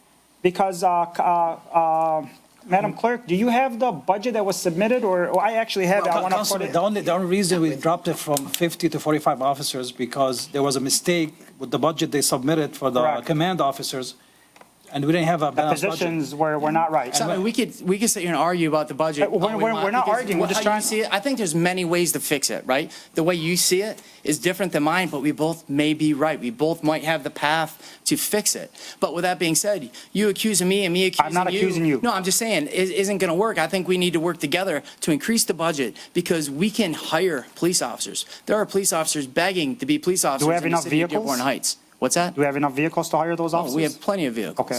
How many extra vehicles do we have right now sitting in our lots? Do you know of any chance? I don't know. No, I don't okay. know. But, this year, we don't have any money in our budget to buy any more vehicles either. So we're taking great care of our vehicles. But with that being said, there's many things that we need at the police department that we can't do. Our boiler is out, right? I mean, it's $100,000. We have no money in our capital outlay to fix our boiler. Have you brought, right? an Yes, amendment? that was talked about. It was talked about. Have you brought anything forward for us to approve an amendment? No, not yet, Well, because that's- the director is going out next week to take a look at the boiler. Chief, So, he's not saying, he's just saying because he's been hearing that the council defunded the police. He's just saying this is not true. We didn't defund the police. We're just working with the budget that we well, have. I'm not telling anyone you defunded the police. Yeah, I don't know. I did not say the chief. I did Okay, not. you got name the your- chief. you got I your said answer. the mayor. Okay. I did not say the chief. I said Councilman, you got your answer. Okay. We did not And defund then, the police. And then let me address the other portion that we talked ride about along. here. Sure. Go ahead. Yeah, so the ride-along piece. All right. So administratively, the chief of police has the right to create policy and programs and whatnot in the city of Dearborn Heights, right? So I'll tell you right up front, for one, I'm not a fan of ride-alongs. I think it increases liability. Two is just because one city does it, doesn't mean it's good for another city, okay? I can't tell you how another city does their things. I can't tell you that if that city is passing their lean field services audits. But what I can tell you is, any citizen who sits in our vehicle and is able to hear or see sensitive data and we don't report that, and we don't train that person on what they can and can't do with that data, we're in violation. And so is any other city who doesn't allow, or who allows ride-alongs. So, in my opinion, ride-alongs are a liability. And, you know, with all due respect to you, Councilman Saab, because you've been super helpful. I think we've worked well together, you know, recently. But I do not need, any help with our safety plan. I think that, you know, a video that you might be able to produce for us. We're not Dearborn. We're not going to go out and threaten our residents into compliance. We're going to go out there and we're going to do our job. Ford Road has been packed with officers all month long, hundreds and hundreds of violations. We've calmed traffic. You know, we've done a lot of things without the assistance of people riding along with the police department. And I think we're going around the right way. And, you know, maybe one day we bring back ride-alongs, but when the auditor from the state of Michigan came to our police department and we said, listen, what do you think about ride-alongs? They gave us a form that doesn't even apply to civilian police ride-alongs and said, oh yeah, you can make that work. Well, no, you can't make it work. It doesn't apply, right? So we need things to be appropriate before we do them. And we did great on our audit. We got word today, we passed it. But if we allowed ride-alongs or civilians into our station unmonitored, and I think we would fail the audit, right? And I'm not willing to do that and put the city at liability. Thank you, Chief. Thank you very much. Chair, just, Council Pro Tem? I'm not done. We're taking too much time No, on but this. I'm not done. I have my Okay, time. are you done with the I chief? just want to make a remark. Yeah, I want to make a remark too. Just for the record, Chief, when I said the video I wanted to make, that included you and your police department with the funds from council to put out a safety alert. And yes, we do have an enormous safety issue in our city. An enormous. So we're not, and if we have to threaten our residents to slow down in the city, oh, well, let it be. Because if one kid gets hurt and one gets killed, we're going to come back and say, you remember when you said that we're not going to threaten these residents that are Well, I reckless think you driving? wouldn't be able to blame me for the death of anybody because we do things appropriately, okay? We can't protect the third party, right? Yeah, I mean, it is what Well, we it can is. If enforce someone's the laws. speeding, listen, we go out there and we do the right thing. Our officers are writing tickets. We're making arrests. Our OWI arrests are up 750%. So for you to tell me that you're going to come back and blame me for the death of people in our city in motor vehicle accidents, that's ridiculous. It's insulting, and you should be ashamed of yourself. Okay. I'm not done yet. And then as for you saying for your civilians that we're not going to allow civilians into the cars, I respect that. Because as an elected official, when I have officers telling us our cars are falling apart, our car frames are rusted out, the equipment we have is outdated, our vests are outdated. When I say, hey, we want to go into the police department or do a ride-along, and they say, well, for liability reasons, we don't want people inside the police department, we don't want people in cars. Yesterday when I rode along with Dearborn, that monitor, I'm sitting next to them, that monitor was like this, and they also have a thing on it where even if you looked at the monitor, you can't see it. Okay, Councilman, That's, and that's it with the chief. Before you move on, I think Councilwoman, she had a remark Yeah. because her name was mentioned. Go ahead. Yeah, and I'm doing this because I was refused the ride-along. 5 years ago, I went on an 8-hour ride-along. It opened my eyes to what was really going on in the city, and it was very educational. The last thing that I wanted on that ride-along is personal information. I could really care less. It was more the big picture of what's happening in the city of Dearborn Heights as a whole. And so when you come to us and you say the cars are falling apart or whatever, I say, yes, I've seen that. I agree. You need 10 more cars. Let's do what we got to do to make it happen. And it's actually beneficial to the police department for us to see what they're lacking, listen to them, what they need. I think I'm going to reach out to Council Chair, and maybe we can set up a tour of the police department, Chief, if that's okay. Yeah, I mean, you're more than welcome to tour the police department. Yeah. Obviously, we'll have to make sure we have the correct paperwork done and training before we do that. But with that being said. Training for what? Because anytime you enter areas which are restricted, we have to make sure that you have security awareness. It's true, it's accurate. I mean, I think we met with you guys a couple of times in the police department. Okay. Did we have to go through training for that? So you have to go through, the way things are done is you need a third-party form which states that if you hear or see something that's confidential. No, I understand, but I met with you, and I met with the previous Chief Hart. Right. I can't tell you what Chief Hart had you do or didn't do, but I operate the police department differently. Okay, let's work on this paperwork then, please, if you don't mind. Yeah, and I think like I said, I'm gonna not have a a fan tour. of ride-alongs, and chances are, while I'm the chief of police, there will never be ride-alongs. let's work on a tour for the police department. I think I'm going to reach out to Council Chair and probably he'll send you a request. And just if you can prepare the paperwork for that, I would really appreciate it. Thank you, Chief. Council Pro Tem. I think Councilman Saab is still. Why he's still up, the chief is still up there. I had some. Well, we can call him back, because let me finish, because I don't want to keep going back and forth. Councilman Saab? Chief, I'm all set with you. You all set? Yep. Any more comments? No, that's it. No more comment, Councilman Saab? No, I have none with the chief. No, Okay. I have a bunch of more comments. Chief, yours? Council Chair, Pro Tem, just a quick question while the chief is up. Well, we're going to bring him back. We're going to bring him back. It's my time. Okay, Go ahead, Councilman I was Saab. just checking, for clarification purposes, you're talking about going to the station to meet with the chief. That's what you were talking about in terms of meetings beforehand with Chief Hart?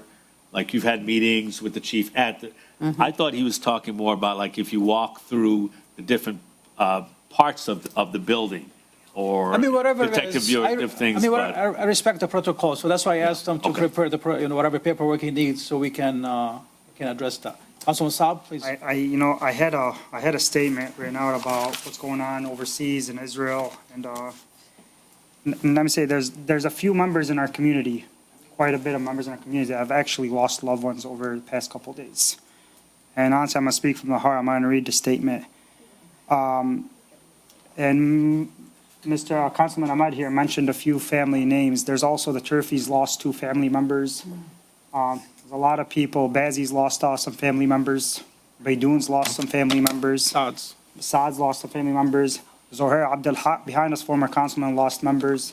It's something that affected the city greatly. And I've always been very outspoken about war and genocide and everything. And I've always called the state of Israel a terrorist state. And I bluntly say this, and whatever repercussions or consequences come with it. My question is, I've had people reach out to me for the past couple of days saying, where's our mayor regarding this issue? Every single mayor has spoken out. The mayor did put a statement out today. But Mayor, do you condone this? Your statement doesn't go either way. Do you condone Israel? Do you condone what they're doing? The statement does not make sense, and there's some residents on here that are going to talk after we're done. They have questions. But I'm speaking on behalf of myself as a Lebanese American and everybody here that a life is a life. I don't care what color you are. I don't care what religion you are. Seeing babies blown up in pieces, heads missing. Quite a statement. Israel is the largest sponsor state of terrorists in the world. In the world. Zionism is not Judaism, and that's what people don't understand, the two difference. Judaism is a very peaceful religion. Zionism is a cult, and that's what people don't understand. And what they're doing right now is a mass production of killing and overseas. For what? Our government is supporting this 100%. AIPAC pays every single individual that's elected into office. Pays them to kill innocent people, innocent lives. None of these countries that they're attacking and killing has ever attacked America. But yet we spend billions of dollars of our tax money here in every single municipality and city that goes back overseas to kill innocent people in the name of what? Our special interests? What special interests do we have? Killing people? Killing people's kids? Killing generations? Ethnically cleansing people? When is it going to stop? When is it going to stop? That's the question. And my question is to the mayor, do you condone this? Do you condone the state of Israel? Just do you believe? And this is honestly, I'm asking on behalf of a family. Okay. Honest to God. And I think the family's on here and they want to speak. Thank you, and I yield my time. Thank you. Mr. Mayor, would you like to respond? Any more, Councilwoman? I'd like to ask that we have a moment of silence. Another moment of silence, everybody, please.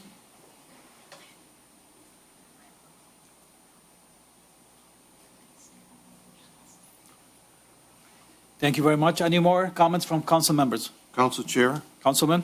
I'd like to echo what everyone has said here. I'd like to thank Councilman Wenzel and everyone who came and participated in one of Councilman Wenzel's family fun days. Someone there, both husband and wife were city employees. Recommend that we make it an annual event and we include everyone. We appreciate our city employees.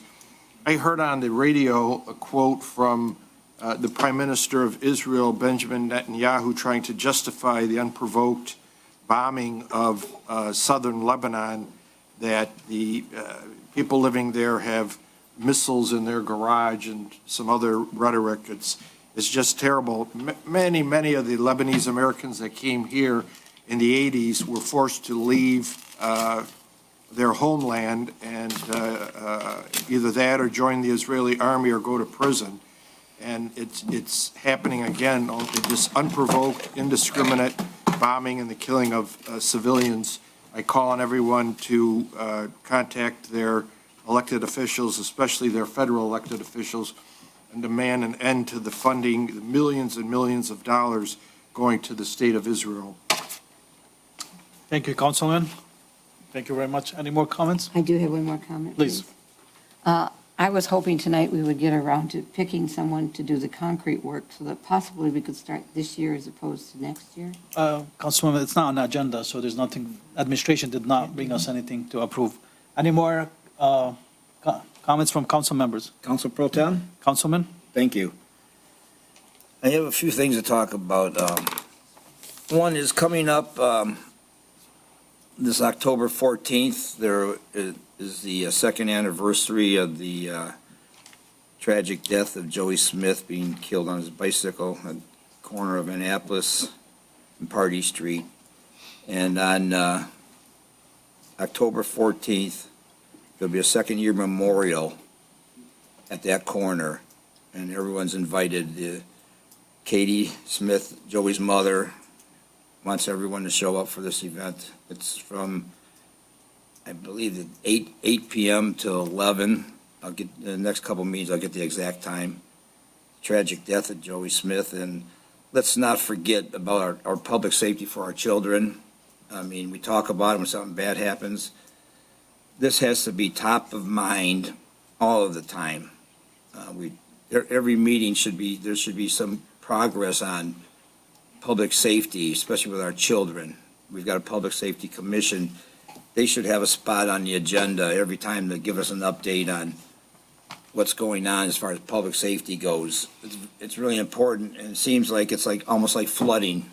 It's only a topic when something bad happens. I just want to say God bless Joey Smith and his family. On another sad note, this is Suicide Prevention Month, and there's a lot of people who have lost family members due to suicide. I just wanted to, there's so many of our veterans that are succumb to suicide because of different issues, and it's a very bad thing that's going on in our country, and we put that aside. It shouldn't be just a 1 month deal. It should be 12 months a year. It's a really serious issue. On a lighter note, I don't know if anybody from the fire department is going to speak about it. Next month, October, is Fire Prevention Month, and I'm sure the fire department has several things planned. They've got an open house, and it's on October 5th from 10 a.m. to 2 p.m. at the fire station on Beach Daily and Ford Road. And I'm sure in the next week or so, we're going to hear a lot more about that from our fire department. The great job our fire department does for our city. Chili cook-off they had a couple of weeks ago. They hired, some more firefighters. We have the best fire department in the state or probably the country, and let's give them everything they deserve. They help our community out so much, and this is one of the things that they do for the community. Let's support our fire department. And speaking about support, the Crestwood Community for a Brighter Future bond is coming up, and I think it's something that everyone in the Crestwood School District should vote yes on. It's a very, very needed bond, and I urge everyone to vote yes on that bond. Last meeting, we approved a $500,000 budget for engineering on a new fire station, and I'm all for that, but we approved $500,000 for something that we don't even know exists. We haven't seen any plans. We don't even know of a site. The site for this new fire department is top secret. I guess what's going to happen is it's going to be built behind curtains, and then it's going to be revealed someday. I don't understand why This is a $10 million plus project, and no one tells anybody anything about it. We're city council, we're in charge of the money for the city, and we don't even know anything about it. Not one of us know anything about it. And that's the honest truth. No one could tell you at all where this thing's going to be built, if it's going to be built, what the time frame is as far as the money, the grant money we're getting. Does it expire? We don't know anything about it. It's top Councilman secret. Ali Deeb is on. Maybe we can ask him that question. You want to do that? Well, yeah, I'll let them do it, yeah. Madam Clerk, can you unmute Mr. Deeb? Tell us where it's going to be built. Maybe he can give us an update. I think I just unmuted. Mr. Deeb, are you with us? Can you hear me? Yes. Okay, perfect. Council Chair, as Councilman Wenzel indicated, last council meeting, you approved the receipt of a grant for the engineering part of the fire station. That's not construction. This is the engineering part. So you authorized the administration to sign the agreement for the receipt of that money. So that money is going to go to investigate the sites to select a construction, to do the preliminary engineering. I'm sorry, I'm recovering from surgery, so my voice is not as good. Oh, sorry to hear that. I hope you feel better. Thank you. So that's what we're waiting for. Now that we have the agreement in place, we will use the money to investigate the site, preliminary engineering, select the site, and do the design work. So yes, you will be involved every step of the way. Before I sign an agreement with an engineering company, I will have to bring it over to you for approval. So there will be a site selection, site investigation, preliminary engineering work to make sure the site works, and then the design. That's what they have $1 million for. So as far as I know, there is no top secret anything. This is only engineering selection. This is just engineering work. And all we did is we accepted the grant that Rashida Tlaib got us. Okay. Thank you, Mr. Deeb. Council Director Deeb, can you give us the one or two sites that are under consideration?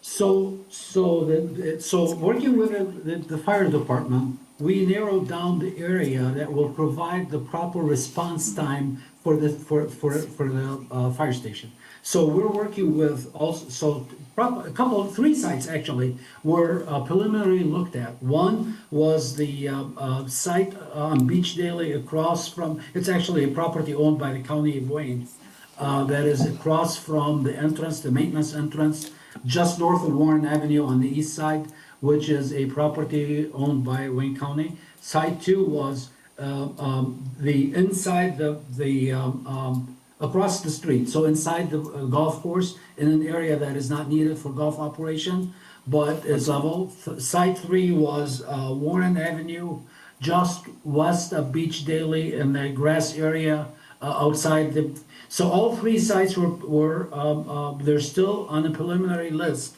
Nothing was in stone yet. Again, the reason for that is I need to do preliminary engineering to find out if the site is appropriate. What I don't want to do is build a site that is problematic like the site that we currently have on Beach Daily. Thank you, Mr. Deeb. Thank you. That is not top secret anymore. I'm glad I asked. I would say no one was volunteering that information for months and months and months. And that's something I think that should have been brought forward as soon as those three sites were selected. It should have been made public to our residents, and especially everyone here concerned.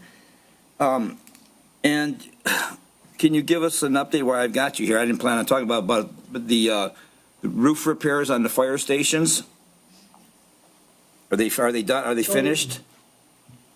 No, the roof repairs, while I was gone, the council asked a consultant to prepare or to obtain bids. And the consultant did. They prepared specifications, and then we actually have proposals from multiple contractors. They were given to me when I came back, and I reviewed them.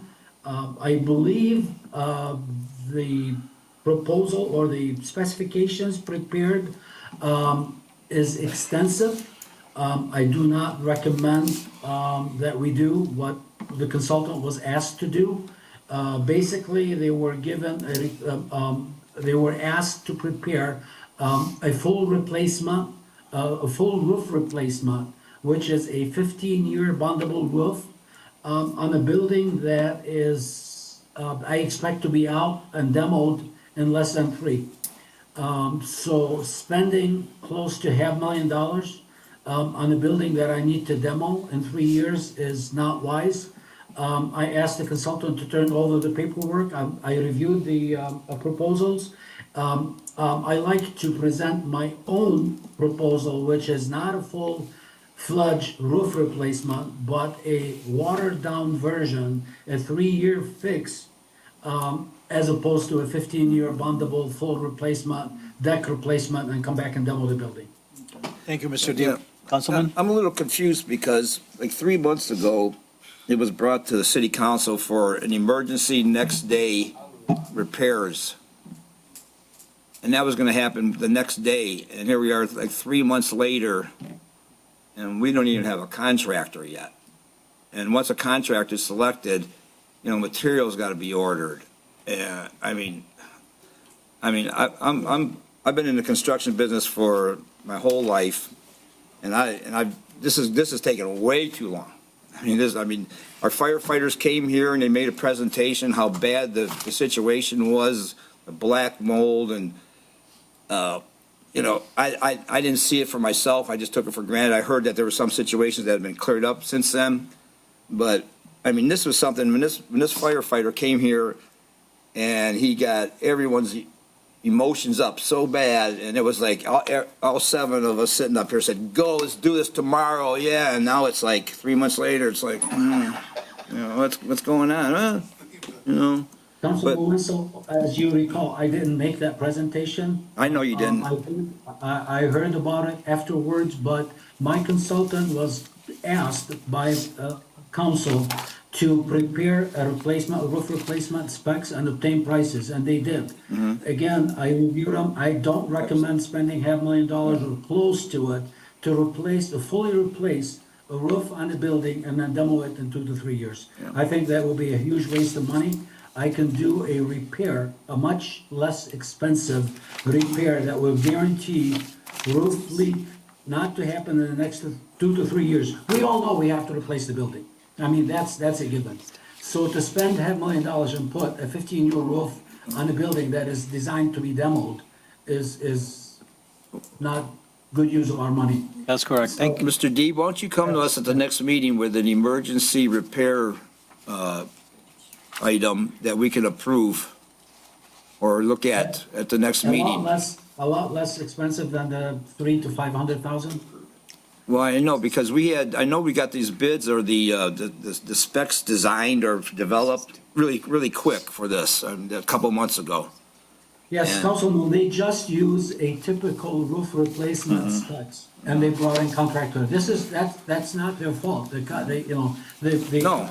consultant was asked to do that. Right. So they used a typical specification, single ply APDM roof for a building that size, and that's what we received. So if I was there, I would have recommended from day one not to use that. We're not replacing the roof. If I was gonna stay in that building for the next 15 years, absolutely. That's the right way to do it. Well, But this is a building that is designed to be demoed. Can you bring us something by the next meeting of your proposal? Sure. For the health and safety of our firefighters, we need to get this done as soon as possible. God bless them. I agree. Yes, sir. Thank you, Mr. Deeb. I've got one more thing. Okay, Councilman. A few months ago, a nonprofit that I run called Jamie's Kids, I'm president of it, and affiliated with Family Fund. We put on several events in the last year for the public, free to the public, all kinds of entertainment, food, and everything. And a few months ago, we decided that we were going to do something for the city of Dearborn Heights. And Jamie's Kids decided to start to organize a Dearborn Heights employee family picnic. And we did some groundwork on it. We started talking to some different people. And a month or so ago, I had an idea of approaching the city council, our clerk, our treasurer, to see if they'd be interested in helping Jamie's Kids promote this event. And they were kind enough to agree to help promote this event. And we had the event this past Saturday, and it was a really nice success. You know, we had representatives from just about every department in the city there. And I don't like to talk negative, but I've got to defend myself in this situation, myself and Jamie's kids and our family fund affiliate. There was an email sent out at the end of last week by the administration, and in a summary, it said, you know, there is no group more deserving of a relaxing afternoon with friends, coworkers, and family than the dedicated employees of the city of Dearborn Heights.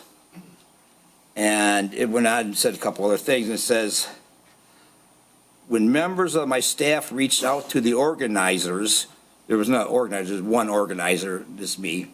I'm the only one that communicated with the administration. No one else communicated with the administration at all.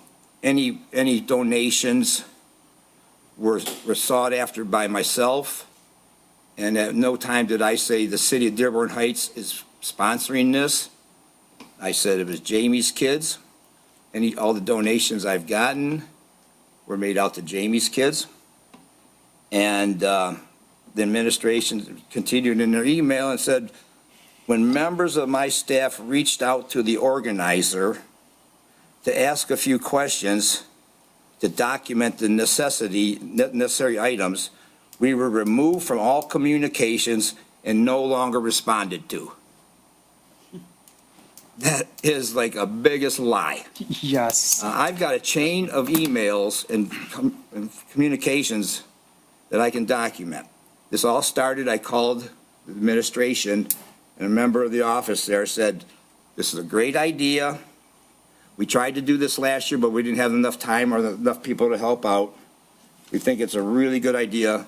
You know, what can we do, and what do we need to do? And I said, well, first of all, I've got the city council, the clerk, the treasurer involved in promoting it. I want to know if your office is interested in promoting it. And they said, well, let me find out. And I said, well, we have to know within 36 hours because we're going to start our promotion campaign. They said, okay, we'll let you know. So 36 hours went by, 48 hours went by. I believe like 3 or 4 days went by. And I sent an email out and I said, well, I'm sorry that you decided not to participate. I'm sure you have your reasons and I'm sure they're justified. That being said, we're putting on this event. We still need donations of food and raffle items. And a few days later, I got a response back and said, sorry we didn't get back with you. We still want to be part of this. We think it's a great idea. All this is documented in my emails. I can give anybody a copy. We had family problems. We weren't able to get back with you. You said you need food. Or what kind of food do you need? So I said, okay, well, I want them to be part of this. I'm not going to say, hey, bring all the food. I said, you can bring desserts. And that's the last communication. Can we make it festival? Just for fairness for everybody. This was the last communication ever between us. I didn't break anyone off, like it says in the thing. The members of my staff reached out to the organizer. They asked them a few questions. And I was removed, the administration was removed from all communications and no longer responded to. It was them that didn't respond to me. I don't blame anyone for not coming. You don't want to come, that's fine. But when you start telling lies about me and my nonprofit, I've got to speak up. And that's just the way I am. I'm not out here to make anybody look bad. My job is to make people happy. And I just had to speak out on this. And I was really, really upset when I seen this. And this email was sent out to all city employees, every city employee in Dearborn Heights, from the administration, telling these lies. Thank you, Councilman. It was a beautiful picnic. It was a beautiful thought, and it was for the appreciation for all city staff. It wasn't for us. It was for the city staff. So I do thank you for that thought. I do thank you for your efforts, and I hope we can do it again. Any more comments from council members? Pro Tem? Mayor? Okay, again, there was a misleading statement that was made. We did ask, and I was actually, my chief of staff talked to Councilman Winslow. I was in the office when she was talking to him. And she did ask him, I was standing right there when it was in communication with my chief of staff. She asked him, we need to know who's actually bringing the food. Most municipalities, no, you cannot solicit money for the city employees for city events. You know, I know Mr. Farina is working on the Civics Association, that we can do that, the nonprofit, but we cannot go to entities within the city or anywhere. And I did talk to several mayors that, you know, in the Western Conference of Western Wayne and the DCC, and they said it's illegal. You can't solicit money. And I know there was a couple entities in the city that were asked to sponsor this event, and it's illegal. We can't do that. So I just wanted the information before we do this event, and that's all I asked for. And it wasn't Jamie's kids, as he said, that paid for this event. I know there was a sponsor that paid a lot of money or donated a lot to this event. And again, it was not disclosed to the city, so we can go do the proper thing to make sure that we were in compliance. That's all it was. So Thank you, Mayor. I don't want to go back and forth, but I'm going to protect the city. I did consult with the attorney, and I did consult with other city officials to make sure that we are doing something legally. And I was told that you cannot do that. Thank you, Mayor. Council Thank Pro you. Tem, just, you know. Let's not keep going. No, I say the only time I talked on the phone was the very first conversation I had. Never, ever again did we talk on the phone. And that, there was never on the phone who's bringing the food. Never. Thank you, And Councilman. listen, one more thing. I understand the mayor's concerns, but that's something between him and me, not the whole city, every city employee in Dearborn Heights. I got so many calls saying, is it canceled? This email is misunderstanding. There was no reason for him to involve every city employee when he had an issue with me. It should have just been between me and him, and for some reason, I don't know why, maybe you could tell us, why he sent it out to every city employee. Council Chair, again, I'm going to protect the city, and I'm going to do everything to protect the city and employees. And that's what I did. Thank you, Mayor. Let's not go. And you know what? You didn't consult the attorney, Councilman, so Thank you, just Mayor. went on your own. Councilman, thank you. All right, thank Any you. more comments from council members? Well, I want to thank everyone that showed up. Thank you, know, Councilman. The council, Do you have any Judge Turfy, everyone, our clerk who stayed to the very end cleaning up. Thank you, Nancy Councilman. Breyer stayed to the end. Let's move on. Announcement from city officials. Madam Clerk, please. Good evening, honorable council members. Guess what? We got an election coming up. We do? Yeah. The fifth one for us for the year, okay? So the clerk's office has been extremely busy preparing for the November 5th election. We thank you for our residents, our administration, our council members for your understanding and patience. And we're going to ask for that through November 5th, okay? Currently, we are preparing, or they're just about ready, about 6,700 absentee ballots will be bulk mailed this Thursday. And the city's drop boxes, which are located here at City Hall, at the Justice Center, at the JFK Junior Library, and at the Ray, will be opened on Thursday. So you can drop your absentee ballot once you have voted into any one of the drop boxes. The ballots are picked up every Monday through Thursday. Or you can put it in the mail. It's prepaid postage now. The AV ballots will also be available here on Thursday at City Hall from 8 a.m. to 5 p.m. every Monday through Thursday. Additionally, those interested in an AV ballot, if you haven't applied already, can apply. The easiest way to do it is apply online at michigan.gov/vote. You can check your voter registration there. Once you get your ballot and you can see that it was issued, when it was returned, it's all documented through the state. In addition, we have early voting this year, and it begins on Saturday, October 26th. It'll be held daily from 8:30 a.m. to 4:30 p.m. through Sunday, November 3rd at the Canfield Center.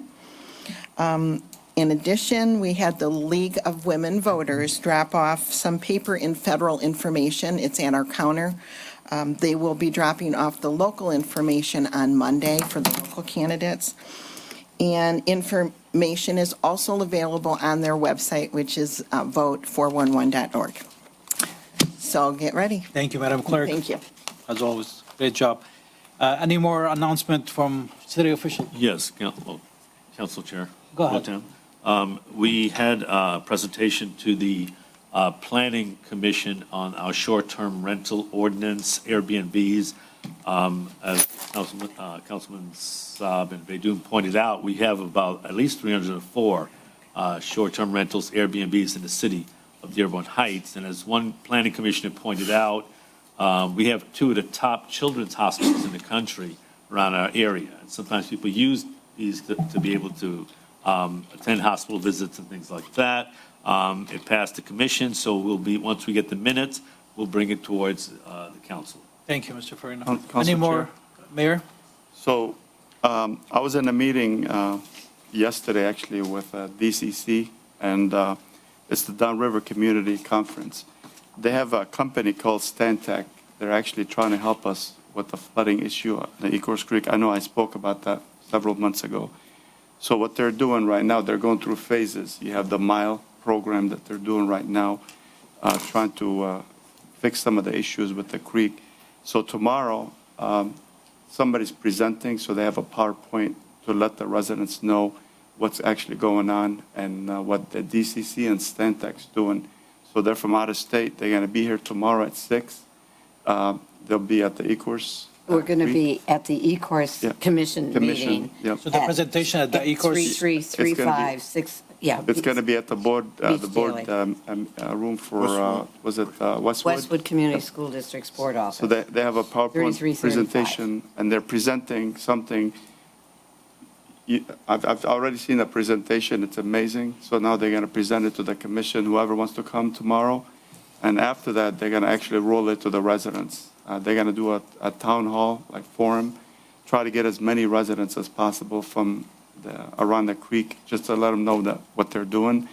And one thing that was positive yesterday, they talked about different phases. So I know that there's different phases they're talking about with the creek. You know, the Wayne County has $10 million.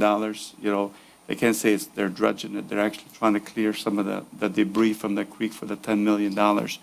But also there's other phases that Stantec is proposing. And they have, it's actually pretty lengthy process. They're talking about, you know, building codes that we might have to change, you know, to go above what the state requirement.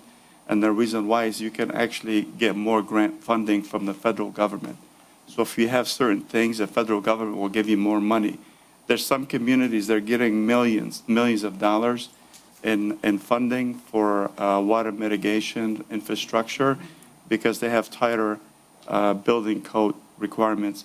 So I just got that yesterday, that presentation, a 3-hour presentation. Also, Romulus is working with us. They're trying to see if they can also build something on their end to make sure that not too much water coming through Dearborn Heights. So they got different communities working together right now, part of the DCC and also the CWW. And again, tomorrow's presentation is going to be a small percentage is what's going to be done, but it highlights everything that we need to do. So just stay tuned. I hope everybody makes it to tomorrow's meeting, but that's going to roll to all the residents who are interested. Thank you, Mayor. Have you got any update from the county about their cleanup? Like, how far are they?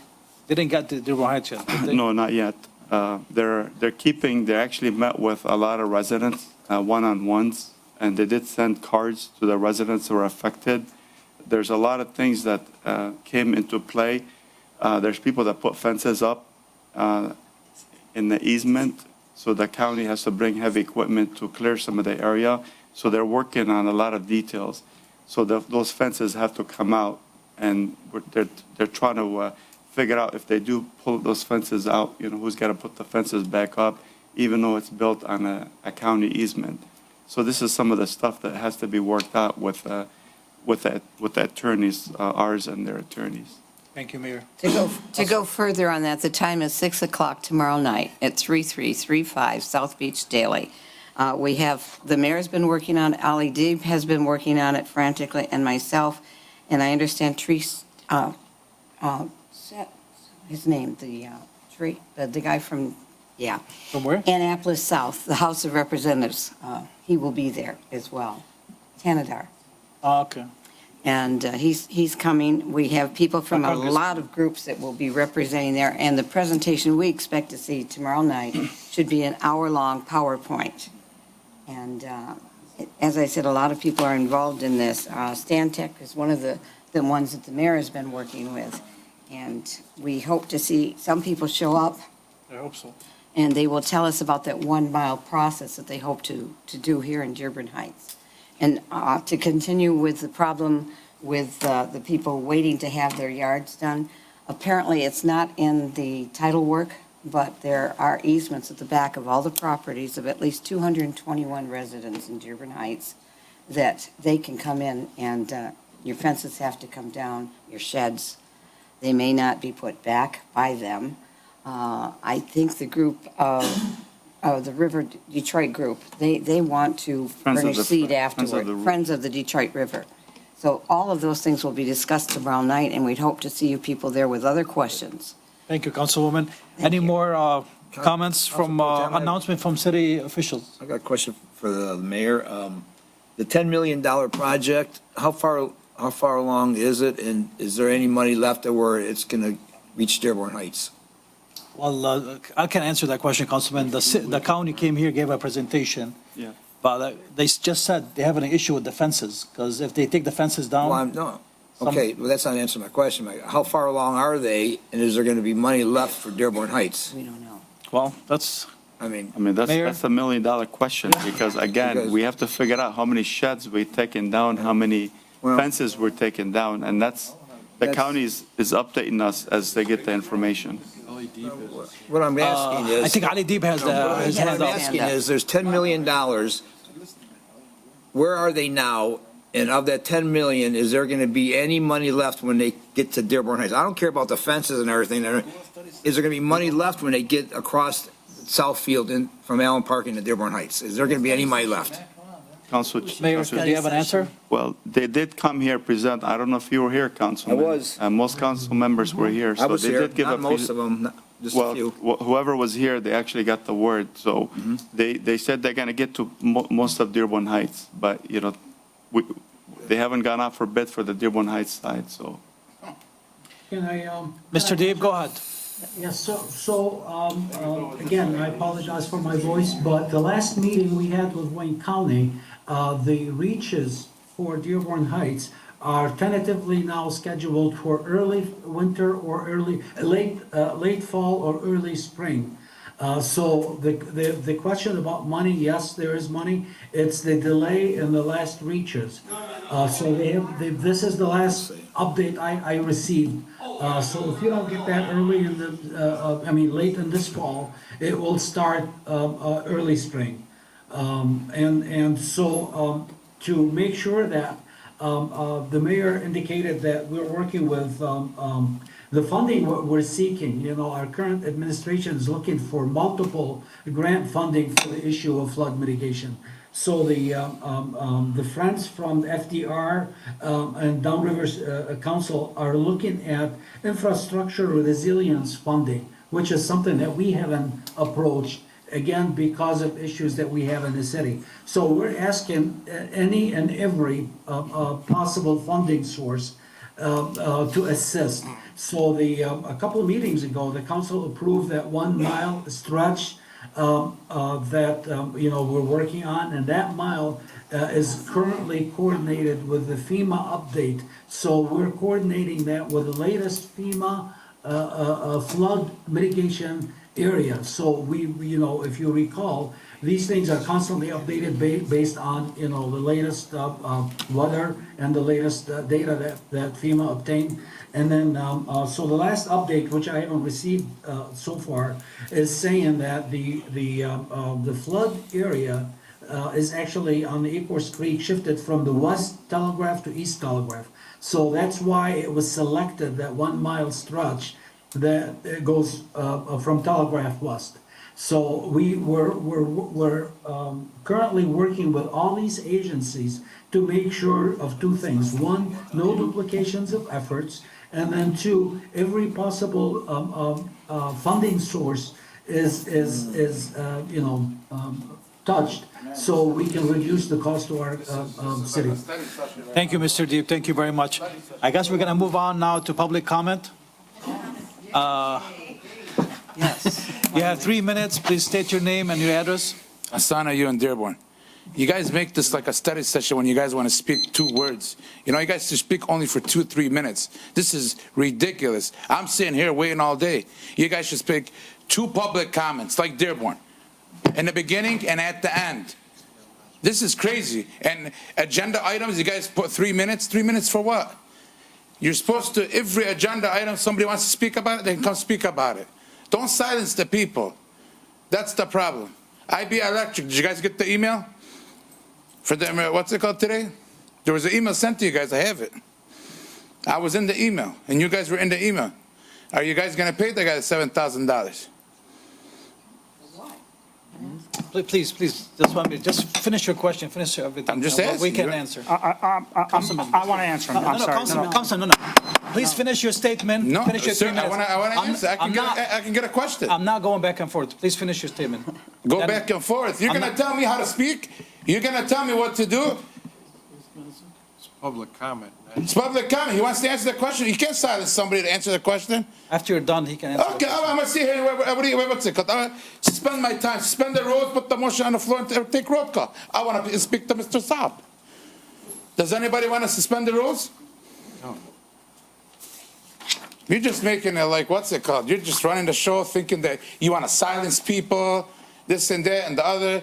You got over here Roger telling me that I'm getting paid by people, very disrespectful people, and then you, on the other hand, want to disrespect me right now. The guy wants to answer the question. Let him answer the f***ing question. I don't care what you say. Chair. I'm not going to. You can do whatever. What, you want to arrest me? What are you going to do about it? Nothing. You're not going to do nothing about it. You're a very disrespectful man. You want to call me out like I'm a little kid? I'm not your puppy, bro. Excuse You me. hear me? I'm not your puppy, bro. I'm not going to keep listening to this. I don't care what you say. No. I think. Hey, guys, point of order. Chief, please. Her outside too. He go back to Dearborn. Let the chief please let the chief handle it. Please let the chief handle it. Well, let the chief handle it. Oh.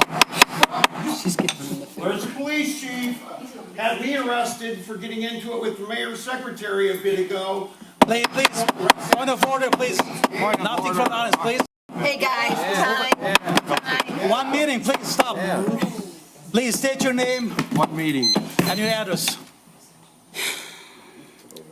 Looking at you, Mayor. Please, nothing from the audience, please. Leslie Winless, 23469 Annapolis Street, Dearborn Heights, Michigan, 48125. I just wanted to make a few comments on the meeting and then announce an event. So the first comment is on public comment. So thank you, Tom, for bringing that up because, public comment is like my arch enemy number one. But I recommend if you're going to do public comment at the beginning that you should have it at the beginning and the end because it's very hard to not be able to comment after you heard a whole meeting. Mm-hmm. And then I was also going to recommend, like the last one was saying, in Dearborn, they do allow you to comment after each agenda item, but it's only 1 minute after each agenda item. So when I need stuff approved over there, when they get to the agenda item, I get to have my presentation, the other person presents, and then there's actual public comment right on the meeting. Then for Councilman Saab, you made a comment and you said all elected officials are paid by APAC. You should probably correct that because I know I'm not one that's paid by APAC. Not our government, not our local, not our local. That's paid by APAC. Never finish, please. Never finish. And then for the ride-alongs, I was kind of surprised to hear that for ride-alongs. Because I know that's something that Accountability for Dearborn was trying to bring awareness to, like the liability factors in the ride-along. Please, nothing from audience, please. For the last time, sir, no more. If you want to talk to the chief, you can talk to the chief outside. He's not worth talking Sir, please. So then, and when Chief Haddad was here, he really, he always passed inspections. So that's first and forward. Like Dearborn has always been like one of the state-of-art police departments. When we wanted to do all of our police reform and stuff in 2020, that's where they had us work out of. And that's how I met Chief Haddad. And he really recommended, even though I ain't doing no ride along, he did really recommend it for engagement, community awareness, and just really getting the idea of what it feels like to be in an officer's shoes. And it's helpful if you do it in your own city, your own roads, your own back roads, that thing. Not my thing, but I can say that the police chief from Dearborn suggested them, and I know he passes his inspections because, again, state-of-the-art police department. Next thing I'd like to see, also to something, Saab, a couple of you guys brought it up tonight, but I'd like to see us as a city do a candlelight visual or like a peaceful protest or something so we can raise more awareness to what you're talking about here. I think this is an awesome platform, but it's really a time platform, and it's like so strict to like city business that I feel like we can't really get into the topic as much as we should be as a community. So I don't think that's my place to organize, but I can definitely be in the background. I've organized 1,000 of them for my own people, so I'm open to you guys if you need help organizing something like that, but as a city, we should do something together. Last, Thrive by Any Means Necessary, as well as Annapolis and Academy. We're not an official block club party, but we're a block club party. We're doing a block club party on this Saturday from 11 a.m. to 1:30 p.m. for anybody that's expecting children that is in needs. We're giving away free diapers, wipes, resources. It's put on by our event partners with the firefighters, True Community Credit Union, MJ3 Consultant, Jamie's Kids, and the Guidance Center. And then our other sponsors are the Dearborn Heights Police Department and the First Independence Bank. Thank you, Ms. Thank you, Ms. You can text me with any questions. Thank you very much. You. Regarding the candle vigil, I think they're having a rally tomorrow at the Dearborn Library on Michigan Avenue at 6 o'clock. Councilman Saab, did you need answer, Ms. Windless? Yeah, Ms. Windless, just i.e. if our government elected officials at the government level. Let's talk about the federal level. That send the bombs over and approve the bombs over. Thank you very much, ma'am. Please state your name and your address. Hi, good evening. My name is Nieves Longordo. I live in Livonia, Michigan, and I am here on behalf of A&G Construction. They're one of the lowest bidder on one of the projects mentioned earlier. I know it's not an agenda item, but I wanted to just drop off a letter stating, I handed it earlier. I wasn't sure if that was protocol, so I apologize. But basically, we just wanted to thank you for the time, and we hope that you make a decision soon. As last time that this was brought up, there was a picture shared of work that was done by Angels Construction, and we just really want to emphasize and separate ourselves from that, the work that was performed by that company. The work that A&G started doing for the city of Detroit, the cement work portion started on October, and I just want to emphasize that this is a first-generation family-owned business that was started by Mr. Andrade and my mom, Lourdes. And they take a lot of pride in the work that they do. They want to continue to work with the city of Dearborn Heights like they did last year, and continue to offer a reasonable price to the citizens of the city. And we are open to providing more information as needed for you to make your decision on this. Do you know when you're going to be voting on this bid at this time? Please finish whatever your statement. We'll answer questions. Okay. So yeah, just if you. You're all set? Yeah, if you have anything, you can give it to the secretary, please, and she can pass it along. About the bid, the administration need to submit, to put it on the agenda for us to discuss and whether we approve or not. Okay. So it's an administration protocol. Well, thank you for your Thank you very much. Council Chair Pro Tem, I will forward the email that she Please, sent. thank you very much, Madam To all Clerk. councilmen. Any more public comments? Any people here? Please state your name, your address. You have 3 minutes. Dave Kaufman, I live on Kingsbury Street. I think we went through this in the planning meeting where we're not supposed to give our number.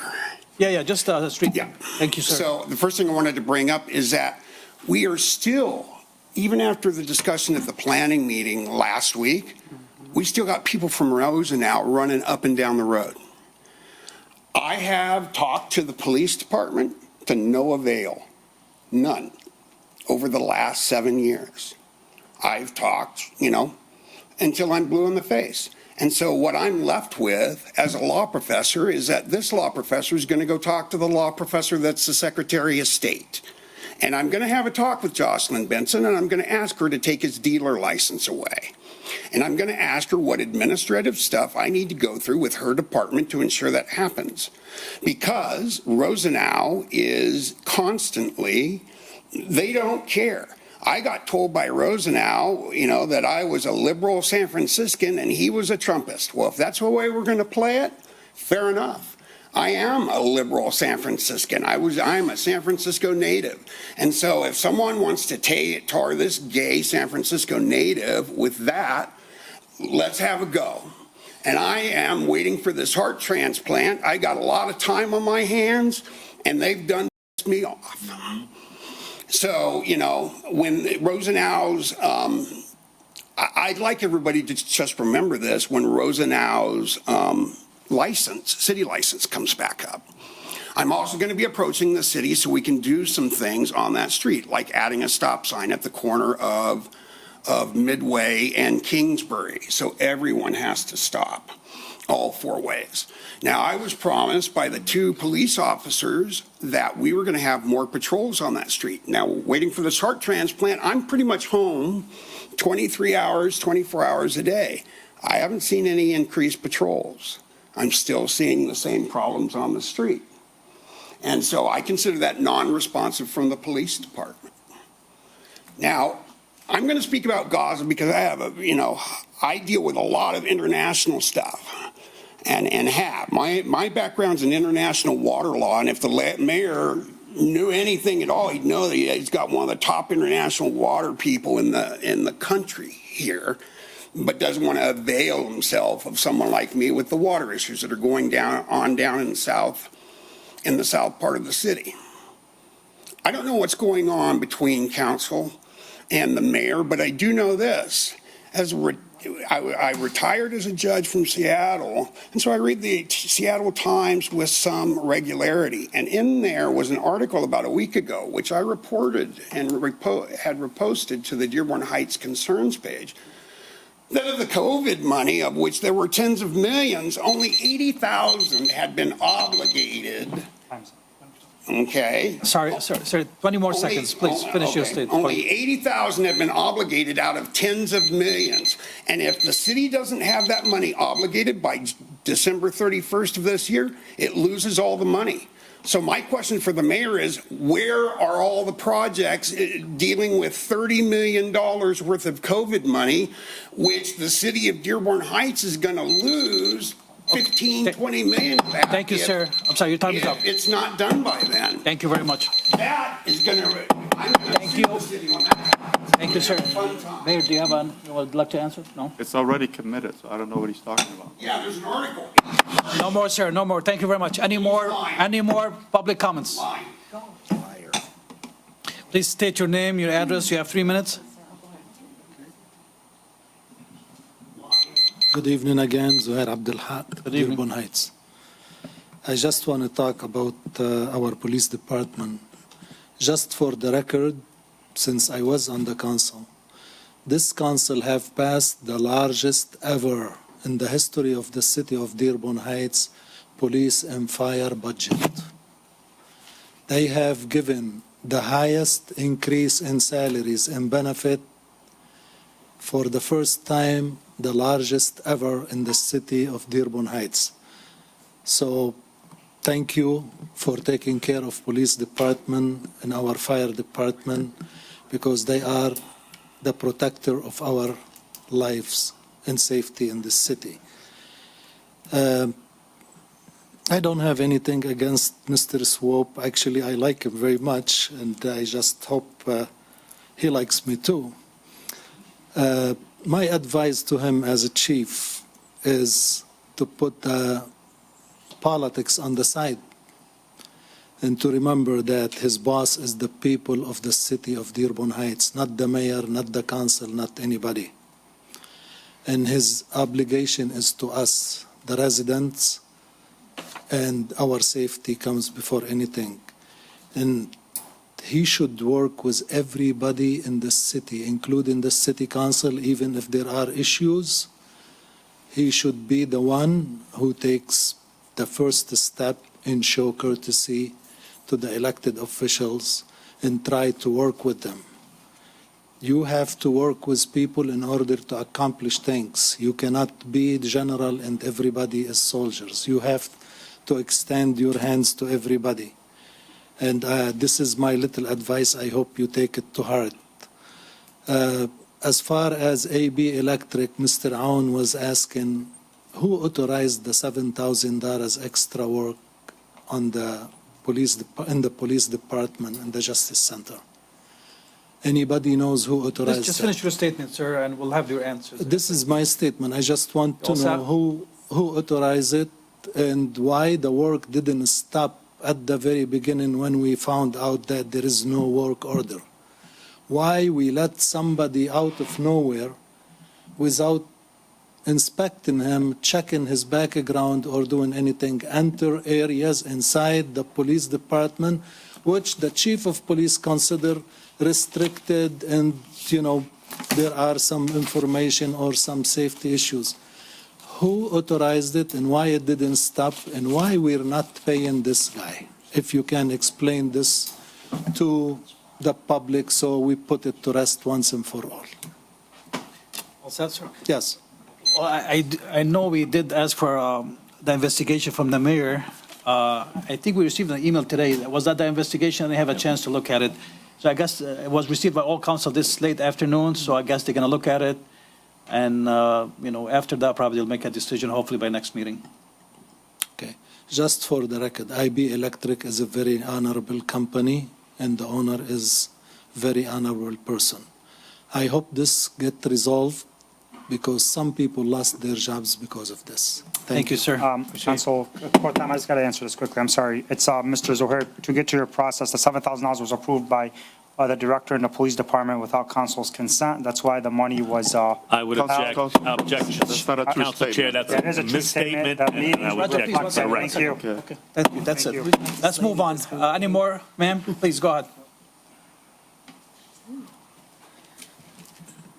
Carla Catalano, Kingsbury, Dearborn Heights. Please, we have 3 minutes. And I am here because I am very concerned about my street, my neighborhood. I'd like to know what is going on with that rezoning proposal that was first denied, and then somebody sitting here decided to force the commission to do a different motion, which is postponing. Much as the neighborhood's here, still staying here, we'd like to know what's going on. And I'd like to kindly just thank you for serving us voters and residents of Dearborn Heights and being our public functionaries.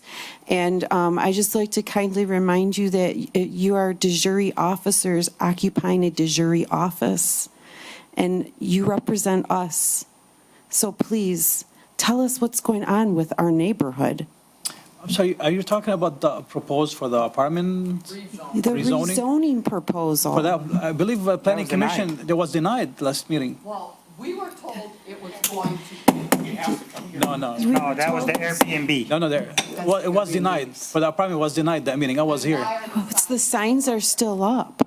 What's Yeah, those signs, that man's Probably they'll take signs them are down. still Is it up. the city signs or his signs? His signs. Well, The city- No. Those white rezoning signs are Councilman, his. So it's been denied. He won't be building there. No, it was denied last apartments. meeting. I was here to watch it. Thank you. Thank you. Please, nothing from the audience, please.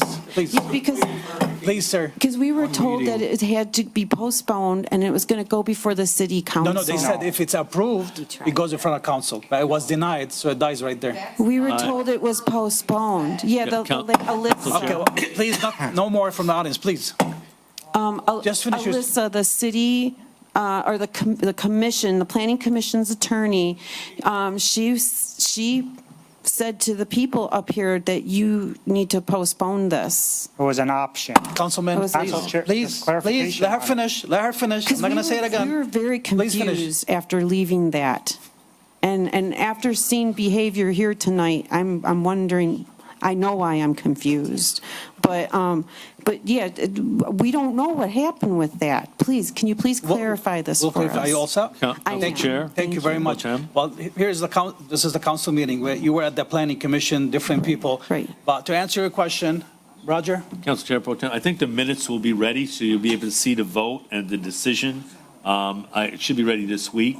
I believe that although it's maybe denied, they still have to bring it, I believe that's what the attorney had told you, that it would still come to the planning commission. So let's get the minutes, that'll be ready, and then we'll get it out so people can see it, it'll be a public record, and then you can, it doesn't mean that it's gonna get approved, or it's gonna overturn the commission, but there's a procedure that the lawyer outlined it has to be followed, and the judge knows that, so we'll have it ready for you and answer your question. Are you saying it's after it's denied, it's still coming from the council? Because of the way it was put forward, so yes, it'll still come back, but it'll come back as denied. Right. Recommendation to denial. Yes, as Will a be condition. recommendation to denial. But let's get the minutes, and the minutes will reflect the vote. I think it was unanimous. Correct. I was at the planning commission. Thank you, Mr. Fernandez. I'm still confused, I'm sorry. Well, basically, they deny it. Even if they bring it here, their recommendation is for us to deny it. So do we still need to show up and Well, you're more than welcome to show up. I mean, we'd love for people to show up. But for that specific. Well, once if it's on the agenda, then you can show up. And You can show up anytime, We'll but I be mean, able to find it on the on the city calendar? website, correct. Okay. So it will be Thursday, what would be the 3rd, Madam Clerk? The new agenda for the next council meeting. Yeah, that would be the 3rd, I think, because I think the 8th would be the next council meeting, October 8th. I believe so. I think so. Well, I think so. Yeah. So not this Thursday, next Thursday, you'll see it, you'll see the agenda on the city website. Okay, and it's So it'll be supposed to. Yes, you are correct. It's supposed to come before that? I mean, it's supposed to be in that agenda then? If they're going to bring it forward to us. Okay. That would be our next meeting, their Yeah. next meeting, next. Okay, will I be able to ask, like, the clerk's office to clarify, or the building's office, or how to? Well, it depends on the motion, so, but Okay. we have to wait until we see the motion. Okay, All right, thank you, ma'am. thank you. Any more public comment? Okay, let's move to, Councilman, let's make it brief, please. Okay, yeah, It's, sure. I mean, I'm a resident. we're doing good on time, and it's almost 9 o'clock. Oh, it's almost 9. Yeah. No, not 10, okay. But it's good. I still have to drive Two 2.5 extreme. hours. Well, first of all the police issues, Chief Swope has only been on the job for a few months now. Let's give him the benefit of the doubt. He inherited a lot of issues, so let's, let's give him some time, see what happens with that. And during all that thing about the employee family picnic, I was there, and I wanted to mention that Ali and Iman El Sayed Meat Market, they came through with flying colors above and beyond to make this picnic happen. And I want to tell them thank you. They do so much for the community.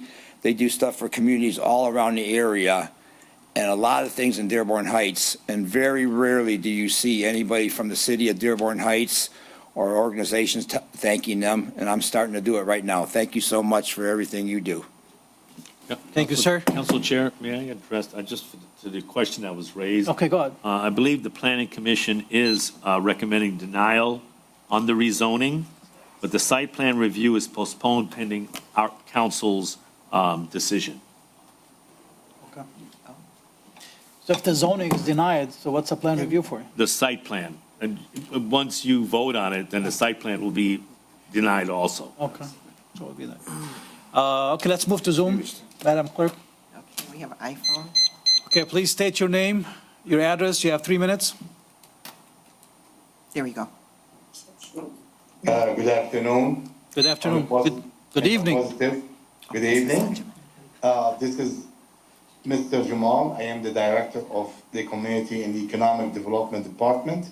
I know acting chair today, Mr. Ahmed, you requested me and you asked about me whether I am on, but you probably didn't recognize that I am on. You had some questions for me. If you do, please go ahead.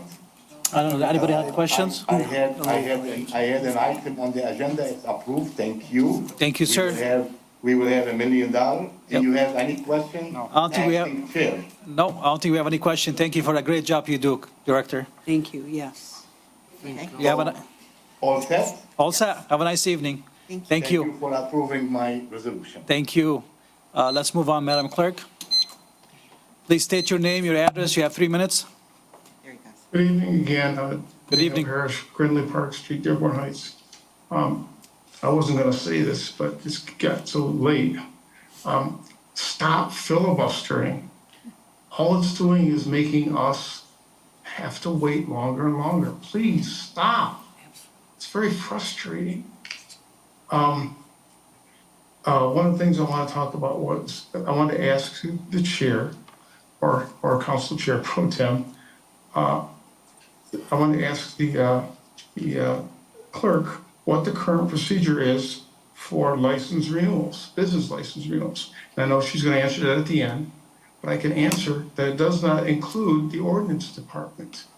So when we have these questions as to why the ordinance department isn't involved, guess what?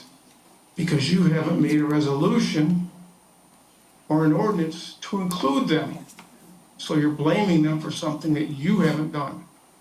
You can ask her right now and she's going to tell you that they are not a part of the process. They're not a checkoff. So you're blaming the ordinance director for something he isn't responsible for. The other thing I wanted to talk about is this friction that's starting to develop between the police department and the council. At one time, there was the previous council and the administration were working on a public safety commission. It's not what you have right now.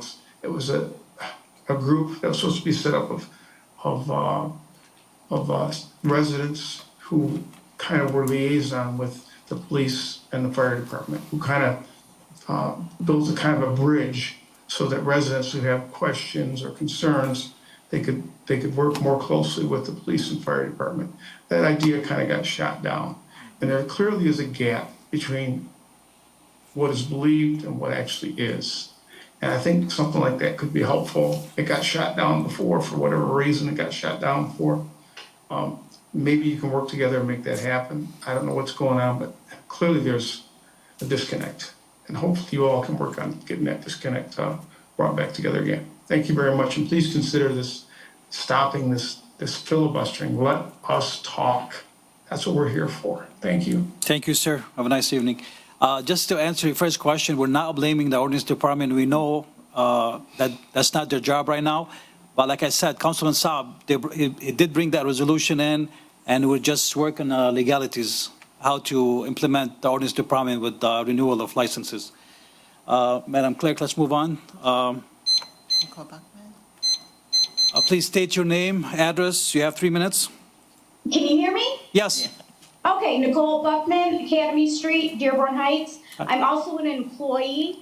Months ago, this honorable body approved to have a new payroll system implemented with the impression that it was going to be easier to keep track of hours, more user-friendly for the employees, and also make it easier for the payroll clerk to process payroll, which I believe is far from the truth. I think it has made her job much, much harder. It doesn't affect me so much because my hours are pretty much Monday through Thursday, 8 to 5. But anybody that is on a on-call basis, come in for emergency after hours, such as the Department of Public Works, none of their hours are being calculated correctly. I don't know if time, like accrued time and deduction of accrued time, is being tracked accurately through this system. I just hope that administration stays on it. I know there was a meeting last week to try to get things clarified. However, some things that were supposed to be taken care of have not, such as requesting time off. We are allowed to request half days, not just full days, and it does not allow you to do that on your own. So I just hope administration gets on this sooner rather than later, because there are going to be accrued paid time off that you can cash in and get paid out for at the end of this year, per our contract. And if it's not calculating time correctly, that's gonna be an issue and make the poor payroll clerk job even harder. That's all I got. Everybody have a good evening. Thank you very much. Madam Controller, are you able to answer that, or? I can answer, actually. Go ahead, Mayor. So I know there's been some issues in the past, but I was there a couple of times in the last month or so and tried to get all the concerns that were supposed to be addressed, with the superintendent. So we did have a little bit of a gap. We have a new director, and he's trying to work out some of the issues. And any system that you get, so the system that we have right now, it's a lot better than what we had before because of the different hours, the different shifts, the different organizations, the unions. Everybody's pay is different, everybody's shift's different, especially police, fire. And so right now, we're trying to work out the kinks. There is some kinks, but we're trying to work it. And the directors are trying to help out, with any concerns. Thank you, Mayor. Madam Clerk, let's move on.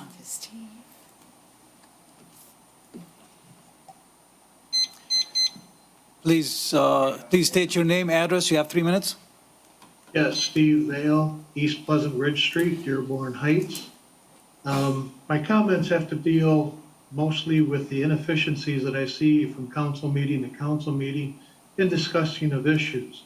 I'm surprised that during section 9, which is reports from city officials, we don't have more report outs from the fire department, police department, major departments in regards to open issues, such as the fire department roof situation.